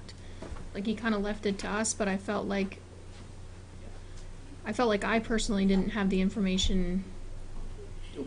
I wish he was said, saying should we without a let- considerable fight Yeah. and expense. Okay. Knowing Benj, that's his recommendation, is Okay. that it's reasonable and we probably aren't going to get it changed. So we should just go forward with it. Okay. Yeah. So if somebody would care to make the motion to approve the changes to the consent order, I'd entertain that. Well, sounds like that's what our choices is, so I'll make the motion. Okay, Second. and seconded by Laura. Motion made by Nick. Any other comments on it? Hearing none, all in favor of approving the changes to consent order, as Kathleen just reviewed with us, signify by saying aye. Aye. Aye. Opposed? Okay, unanimous. Jason He's not here. is Laura, not you here, wanna put check? so I can do it, though. you can do it? It's Okay. very quick. Why don't you go ahead and do You can that? look at the minutes, which are in your packet. I'll refer to them. So we basically looked at our 2016 priorities and looked at what we had done in 2015 and maybe what we wanted to continue in 2016 and focus on. And we have these sub-teams as part of our team, and we just clarified those teams and what we would focus on. Transportation will be one, obviously. We did the survey. We had pretty good response, which we'll be able to tell you more about at after our next meeting, and so we'll focus on that and take next steps. And we're going to continue to look at solar projects and siting, so you can expect that. We'll monitor hydro, but we don't expect too much in 2016 with that, but we have looked at micro hydro projects, so you might hear about that. And we're going to look at the town plan, energy section, and provide input on that, and also look at the state comprehensive plan and just see how we should reflect the state comprehensive plan. So it's very macro work. I think you recall that we supported the rapid flashing beacon lights as a solar project, a small solar project, so we'll be monitoring that. And we did talk about street lighting, and we'll continue to see if anything happens along that. So that's basically what we discussed in our meeting, which was very productive as usual. Good. You're doing a lot of work on that committee. That's a pretty active committee. It is, and they did agree that in order to advance a lot of that, we're going to have to meet more often as subgroups in between our major I saw that. meetings, which we do here too. The good news is it's successful, the bad news is it's successful. Okay, I did have a question for the board, however, so when the Energy Committee hosts an event on a town park, let's say like Cannon Park or Mill Street parking lot, do we need to get insurance, or can we count on the town's insurance to cover that event? Because I did submit an application for those events that are coming up on April 30th, which is the bike swap at Cannon Park and the electric car and bike demo event in the Mill Street Frog Hollow parking. So, typically when you apply for an assemblage permit, you have to provide insurance. So I just wasn't sure how to approach that if we're part of. It seems like the the town. town would cover that. So I just wanted clarification on that, if that was appropriate and okay. Okay, thank you. Okay, Kathleen, if you could update us on the budget year to date. Across all of our funds, we're in very good shape. We have, in the general fund, we have some savings due to a couple of vacancies. We have also experienced some considerable savings in heating and vehicle fuel. And, of course, with the We have mild... savings in heating fuel? Big savings in heating fuel. Yeah. Now, both the decrease in the price of fuel and even given the 90-degree temperature in the town offices, it was $26,000 less than last year at this time, $43,000 last year at this time compared to 2016 this year. Legal services are also down from last year at this time, $25,000 less than last year at this time. Notice that, that's substantial. So lots of good news. That is. Happy to answer any questions you may have about any of the figures. Can I ask you one quick question? Sure. On the, I think it's under the water fund? Yep. The only thing that jumped out at me was the maintenance operations up by 108%. I wondered if you, So we assuming had just unanticipated, several unanticipated large maintenance. breaks. Yeah. Okay. I would just wanted to clarify. Ones they were struggling with, so. And Susan had also mentioned last time, also in the water fund, meter reading charges for FY15. So in your first column at the bottom of that page, we're up 1,000%. And so that was good news because it was on the revenue side. And those are, we receive those as we bill for the meter reading charges. Great. Thank you, Kathleen. So, next is to finalize our work plan, our work sessions scheduled. Did everybody look at some of the discussions had? Was kind of a refresher workshop, a workshop where we would go through committee structure and composition. There's a desire certainly for the town facilities tour, and then a strategic planning retreat. The facilities tour has already been set for May 5th. 2 different time slots from 9 to 12 or 12 to 3. Yeah, so if the board has any preference to whether the morning or afternoon works better for you. What's the date again? May 5th. May 5th. I guess I could make either work. Me too. I can make either work.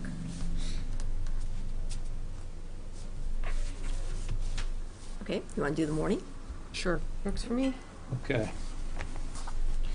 The other one that So what we, did we say? I didn't hear that. The facilities Before tour, will be May 5th, which Yeah. is Thursday. Yeah, what and then time? 9 9, okay, yeah. to 12. okay, and the other one is the strategic planning retreat. Does May 17th work for everybody? No, actually, that's No. going to be, I'm looking at a potentially very heavy week and a half in there, departing on the evening of the 15th, overseas trip. I have The week the before is, Thanksgiving. the week before is good, if that can work. The week before is our select board meeting. Right, but another time that week. Oh, Do we just lose the date up there? No, I was, Okay. I was opening up the May calendar. So we could, You're suggesting May 10th? 10th would be, 10th, 9th, How about the 11th? 11th would be fine. May 11th? that would Just be, give me 1 minute. that would be okay. What time? 5 to 7? With dinner at 6. I can't do it May 11th. You can't do it May 11th? How about the 12th? I can do it the 12th. 12th is fine. May 12th look okay? The 12th's okay. Does May 12th look okay for you, Victor? Heather? I'm okay Susan? with that. So May 12th. Great. Same Okay. time, 5 to 7:30? 5 to 7? It'll probably be a little longer, so if you could block 5 to 7:30, Okay. because we'll stop and have we'll have some dinner in the middle. Okay. That's our strategic planning, right? That's strategic planning, so Kathleen has proposed a refresher workshop, May 24th. which is Board. right before your select board meeting that night.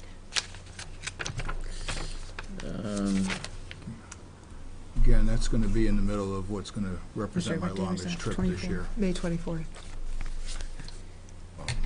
Most likely not returning until the 20th.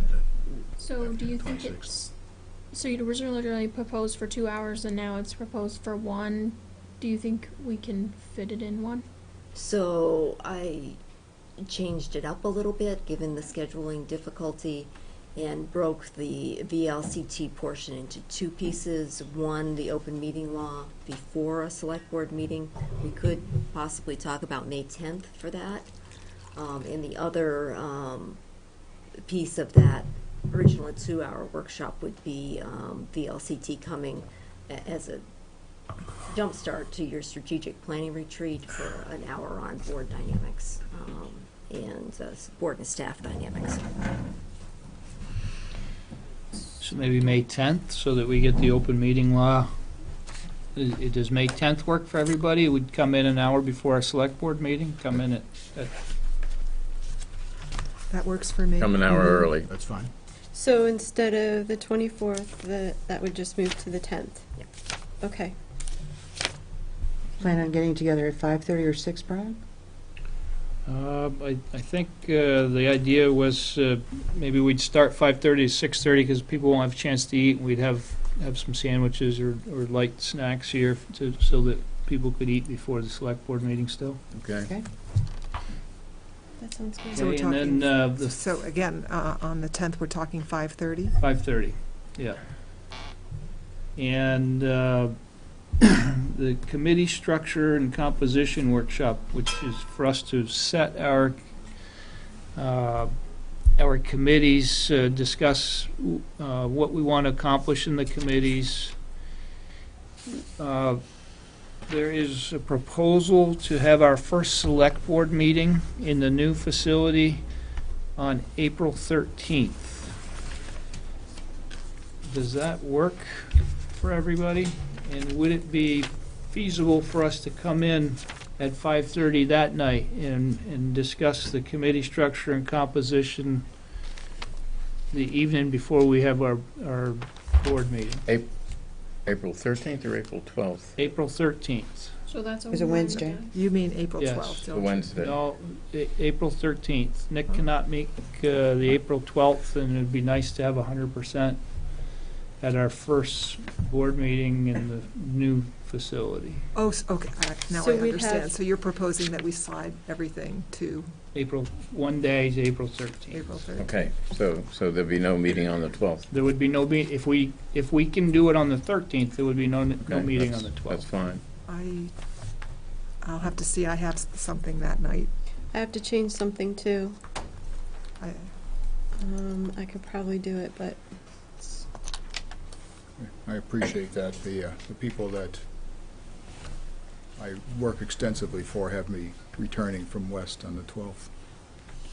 so They're the ones who pay the bills. So we tentatively, and if Laura and Susan, if you could just let me know if that doesn't work, we'll have to okay, have some email exchange of other possible date.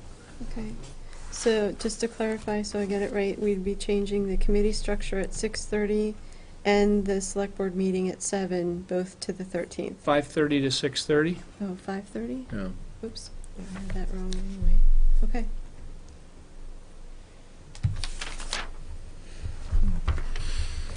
Okay. I feel like I missed. And along that lines, I'd like to have a discussion with each of you sometime between now and then as to what committees you may have interest in and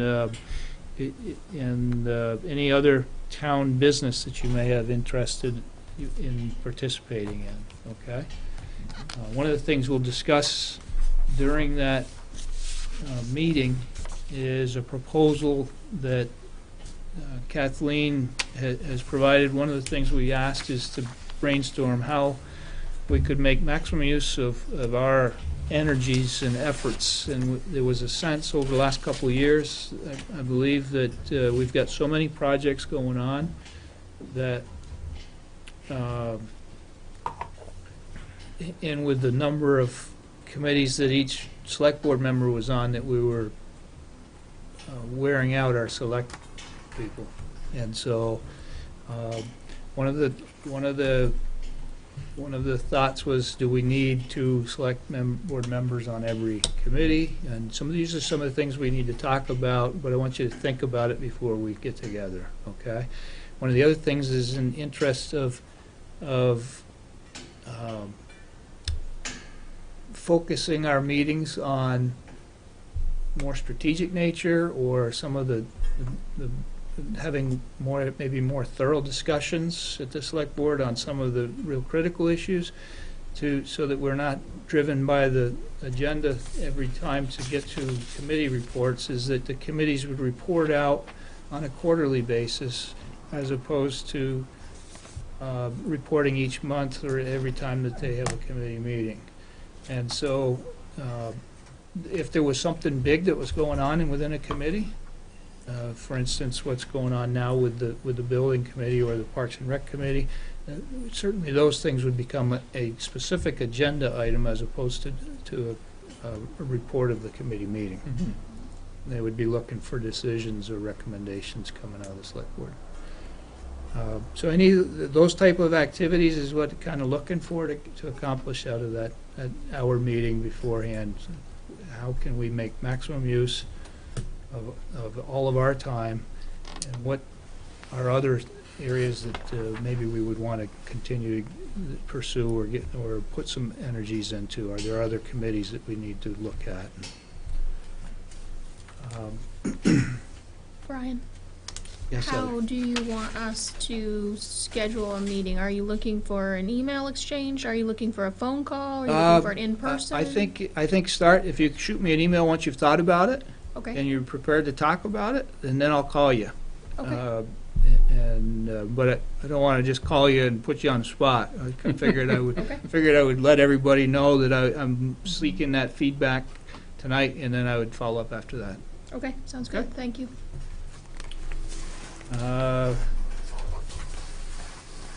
Kathleen, since you did the check warrants, can you? Well, can I ask a quick question before Yes. we move? I'm sorry. Kathleen, there was one thing I missed. There was a second thing you were going to do, maybe at strategic planning instead of there were two things. There was an open meeting discussion you were going to have, and then what was the second thing you Oh, said? the VLCT board dynamics, staff and board dynamics session, and that'll be part of our strategic planning retreat. Maybe they would do that, and that would set the stage for it? Is that? Yeah. So you're So not, my concern about that, that's the one I wanted to address. My concern about that is we've only got 2 hours in there. Okay. I don't know how long and detailed that is, but I perceived that we would have a real brainstorming session. Maybe an hour is plenty of time. I don't know. I don't know how valuable that is. So my proposal was an hour with VLCT and an hour and a half on strategic planning. Okay, I think that's real tight, but I think we can give that a try. So if you wanted If you to feel that first do- thing's important, I have no idea what that is. I think it's That VLCT board dynamics another night, maybe before another meeting, and give yourselves a Is this full a- 2.5 hours. This is simply their explaining the open meeting law? No, it's a separate from No, that. That's this why. is strategic be- planning. Board dynamics and Is there staff. somewhat, can we get a summary of what that kind of a, training session is all So why about? don't I bring that to you at your next meeting or That'd be before your great. next meeting, so you All right. can decide if you want to do it then or Right. another time. I'd We have time to appreciate look that, at thank that. you. Sure. Thank you. Well, I just want to say that I appreciate the tone setting that could provide, but maybe to Donna's point, we just plan on 2 hours after that. I know it's a lot of time, but maybe we need that for that particular meeting. Or either that or their training's so dynamic. Well, But I mean, I think getting a better idea of what that's about, since we're going to dedicate an hour to it. I think it's after a lot of VLCT stuff. Hmm. Okay. Okay. Thank so you.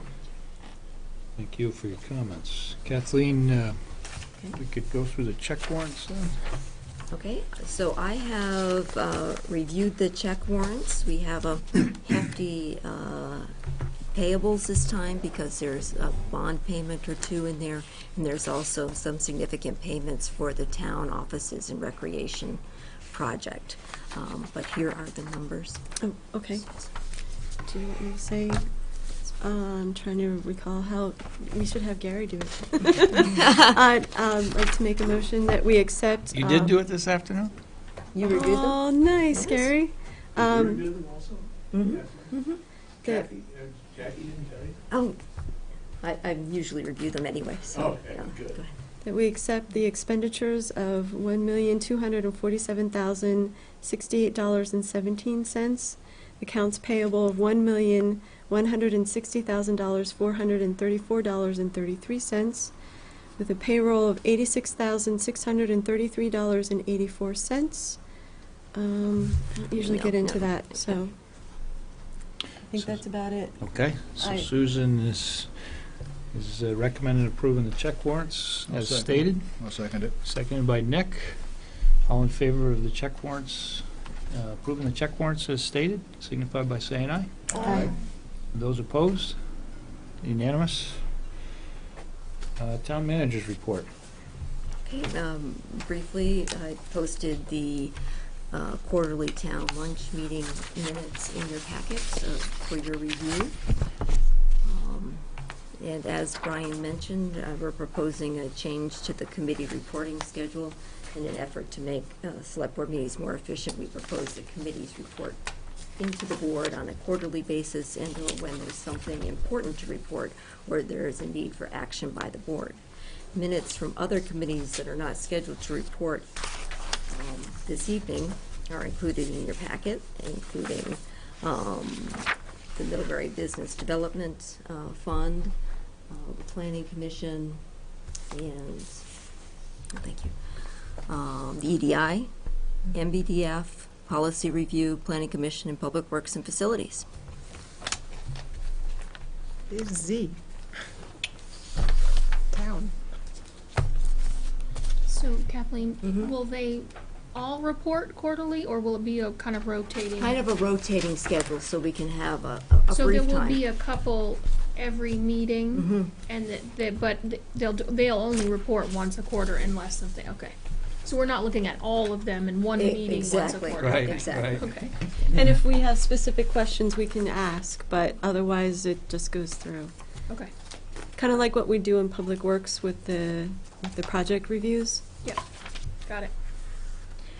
And then finally, I'm asking for a designation of an acting town manager while I take a long weekend in early April from the 6th until the 11th. And I'm recommending Chris English, the acting town manager for that time. So you want a motion for that? Yes, please. Okay, then absolutely. Designate Assistant Town Manager Chris English as the acting town manager from Wednesday, April 6th through Monday, April, let's extend that. Let's take it to April, I don't know, 20th? 11th. You know me better than that. Seconded by Nick. Laura. I really do. I'm not falling for that It's one. probably only going to be the 10th, but you take the 11th. So motion by Nick and seconded by Laura. And noticing that date, sliding that meeting a couple days, a day, gives you a day to get prepared for it. Yeah, So right. Thank you. I think that makes it probably even better that we look at sliding that date. Thank you. So, all in favor of the motion as Nick has proposed, signify by saying aye. Aye. Opposed? Okay, the ayes unanimous, and I guess we go to board member concerns. Start with Heather. Okay. I had someone ask me a couple of questions about the town offices, and I meant to bring it up when we were discussing that, but we were out. One was whether there would be screening for the heating and cooling equipment that's behind the building, whether any plans for any kind of landscaping there to screen that or not. I don't recall the answer to that. Okay. I believe there is in the grand landscaping scheme, Okay. but we've been focused so much on getting the buildings up. I believe that's the case, but I would have to revisit that one, and so look at the plan again. But I want to think there was some sort of landscape screening was. If you have a chance to look at that, could you just let me know? Because Yeah. somebody asked me, and Sure. I'm asking for them, so I just want to be able to get Yeah, back to them. Pull off the plan on that one. And also, the same person asked about light pollution from the meeting room, and I actually noticed it walking back from the theater the other day, that there was a lot of light coming out of the meeting room at nighttime, and they asked if there would be shades there, and if they would be, I'm assuming lights will be turned off at night, but those were the other questions I got asked. So we're fine-tuning the timing systems right now, and there will be shades. Okay. Also. Great, thank you. The other, quickly, I attended the VLCT Select Board training on the 12th, and I have a whole bunch of information if anybody's interested. I'm happy to share. And I wanted to let you guys know a couple things maybe you already know. I had a great conversation with Erin Kimball, who was a recently elected selectman in Heinsberg, and we were talking about the website and its role as an employee, and I think it might be a good conversation to have, maybe in a committee, but I don't know which one, about considering the website as an actual employee and budgeting for funds for that employee so that the website can be maintained and upgraded on a regular basis, because we really want to point people to that website rather than taking staff time to maybe answer frequently asked questions or stuff, but making sure that you budget for that. And it was an interesting conversation, something that I hadn't really considered, and it's probably a conversation best for some committee, but I'm not sure which one, so. And also, there was some town meeting poll comment about the website that I think that related to, but I can't remember from my notes what it was It was exactly. the most visited site in the list. Yeah, that's Which right. surprised me. Yeah. Also, there was changing legislation to whatever the state legislation is regarding forest fires, and I know it's not a big concern for us, but right now, I think the way the legislation is the town covers 10% of costs, and then the state kicks in, and there's proposal to eliminate that program so that the town would be responsible for all cost in a forest fire, so just something to consider. I know it doesn't happen a lot here. There was a May flood resiliency conference, and I just thought Public Works and East Middlebury flood stuff. There's also changes coming from the VLCA on how we pay employees, and changes to non-exempt, which maybe Kathleen already knows, but something I learned about, so I just wanted to bring it up. That has to do with workers' compensation for subcontractors and their classification as employees for the town. And also the hours when they become exempt and non-exempt. Some changes to that haven't been changed in a long time. Anyway, may also for policy committee knowing some of that stuff. And then also the big thing for me was and I had Kathleen include some information in the packet about Act 64 and the road permit, general municipal road permits coming down the pike. So they're in draft permitting now by the end of the year, and then final permit by the end of 2017. And then there's timeline for towns to comply. Basically it has to do with the clean water and road erosion and dirt road, which was very interesting to me. And the most important thing that I wanted to bring up about that, and it's probably good discussion for Public Works, but was there's money available now if we were to start our road inventory, which is the first step in that process. There is money available now to do that work. And what that looks like as far as hiring someone or staff, I don't know, but it would be good maybe to jump on. I don't know that there's enough money for everybody over the course of the whole project, so if we jump on it now, maybe we can get a share of that money before it might disappear. There was also some talk about shared equipment grant money available, and the example given was a hydroseeder, where they wouldn't want towns to all request purchasing equipment like that, but they would support shared agreements between towns for like purchasing a hydroseeder that was shared. So not every town owned one, but maybe 2 or 3 towns shared the cost, and there would be grants available for shared equipment costs. So something else to consider. I also attended a breakout session on roads, and the big takeaway for that for me was the very specific state statutes involved with making any changes to roads and making sure that we were following. And the attorney that led the discussion was very adamant about seeking legal support, I guess, when making those decisions to make sure we were following, because they've had a lot of cases where all of the required steps and road changes were not followed and things were overturned or they had to redo them, etc. So that was kind of the takeaway for that. And this applies to Creek Road. If at some point somebody were to consider the road closure more than temporary, we would have to go through that process to close that road. So just something to think about. And also, you know, one example she made is when we make a decision to pave a section of a dirt road, we should also go through that whole statutory process for even just considering paving a section of dirt road, so that we don't get in a legal situation. So, I think that was it. Wow. Sorry. It was really, it was. One-day course, right? Yeah, it was a Saturday. It was a beautiful day. It was the Chili Festival, but I'm really, really glad I went, and wish I had had the quasi-judicial training before I had become a member of the DRB, because it answered a lot of questions for me that I had been struggling with. But it was fabulous. It was a lot of information in a short amount of time, but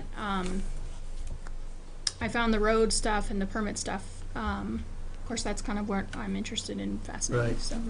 There is some information in our packet too on that Act 64. Yeah, I asked Kathleen to include it so that. Oh, that was from you? When I referred to it, you know, I was going to put the presentation that they gave us in, but she said she had that information, and it was the presentation from the DEC is actually this Jim Ryan. He was the one that talked to us that day and essentially gave that same presentation. So, all right. there is going to be coming down the road some mandatory requirements in road maintenance, and I think the more we can get ahead of that and be prepared for that, the better off we'll be. So, Okay, thank you, Heather. Sorry, Victor? long That was conversation. Good. That's Really good. Laura? Oh, so Halliday Road residents were concerned about what's going on with Vermont Gas, or the methane project, like that. So I did attend the Vermont Gas meeting tonight, which was about blasting for the transmission line, which is different than Halliday Road. So it was interesting because at least half in attendance were Halliday Road residents, and they did take time to respond to them. And I just wanted to let you know that that was good, that the Halliday residents had an opportunity to ask their questions, and that there will be some follow-up on the part of Vermont Gas to meet with them. They were just surprised to learn that the line was coming through for the Goodrich project down Halliday Road, because when did that happen? And they just had missed the beat on that. So for anybody that might be watching tonight, originally it was supposed to come down Creek Road, but that didn't work, so it was switched to Halliday Road, and so we're just in the process of catching up on communications, I guess, a bit with that. So regarding the blasting, it's really only affecting 500 feet of line from basically Paquette's storage to the New Haven town line, and Maine Drilling and Blasting is doing that work, and they're very well known, and they did a great job of explaining how they were going to handle that, answered all the questions, so that was good. So I just wanted to share that with you, that that happened. Okay, super. Thanks, Laura. Donna? I just have a real quick one. I was out of town for the Chili Festival, but I want to congratulate the Better Middlebury Partnership on another just incredibly successful event. It does. It brings so many people to our downtown that, have perhaps not been here before, and my understanding was it was very well attended again, and that it went very smoothly. So congratulations to them on a job well done. That's it. Yeah, I saw the video posted online, and it made me salivate because they had invited me to be a tester, and I was unfortunately out of town also. So, Susan? I wanted to let everyone know this on Wednesday, excuse me, March 30th, from 5 to 7:30 p.m. at Stonecutter Spirits, Vermont Life Magazine and the Addison County Economic Development Corporation are co-sponsoring a Pitch Vermont Life for Addison County. So different businesses and entities in Addison County have gotten on a list, and they have 2 minutes to pitch their story to Vermont Life Magazine. And it's an open to the public. There's going to be refreshments and a cash bar, and you're welcome to come and watch the pitching go on. So. Sorry, And what just to was be the date? clear, It's on Wednesday, March 30th, from 5 to 7:30 at Stonecutter Spirits. you can attend and watch the pitches, but the people pitching have already been chosen. So Correct. You're welcome to come and attend You're welcome it, to not come pitch. and watch. But yeah, the pictures are already set. Picked. Someone we know is actually pitching that evening, so it might There be nice is. to go. I believe, Susan, you're pitching for your I couple. am, yes. You were chosen, huh? And Officer Chris Mason is also pitching his work as a story. So I think that's pretty exciting. And there's lots of other businesses that you will recognize. So come and cheer on Addison County, I think. Excellent. So, Good luck. thank you. 2 minutes, baby. Nick? I have nothing to add, Brian. Okay. So, one last thing, was a letter from Beth Dow in our packet. I think it's probably appropriate, as it's kind of like the ending of Friends, when they just walk out and it's Yeah. empty. And when we walk out tonight, they get ready to start moving out of here. And I'm sure it's an interesting event for Beth, so. On that score, I mean, Beth wrote a really splendid Yeah. piece in the Addison Independent last week. That was the basis for what's Yeah. in your packet. I Yeah. thought it was really quite Yeah. good. If you haven't seen it, it's worth, So thank you very much. I guess This is really it? this is it. Yeah. Hard to believe. Yeah. These tabled So we need to leave the camera rolling when we walk out. The lights just turn out. Oh, is that it? Speaking of camera. Are we having pictures still? No, we're gonna take them in the new place. Yeah, that makes sense. Oh, that's a good, yeah. So I guess we'll adjourn at, whatever the time is. He's ready Thank to you. run out the door. Come on. You go.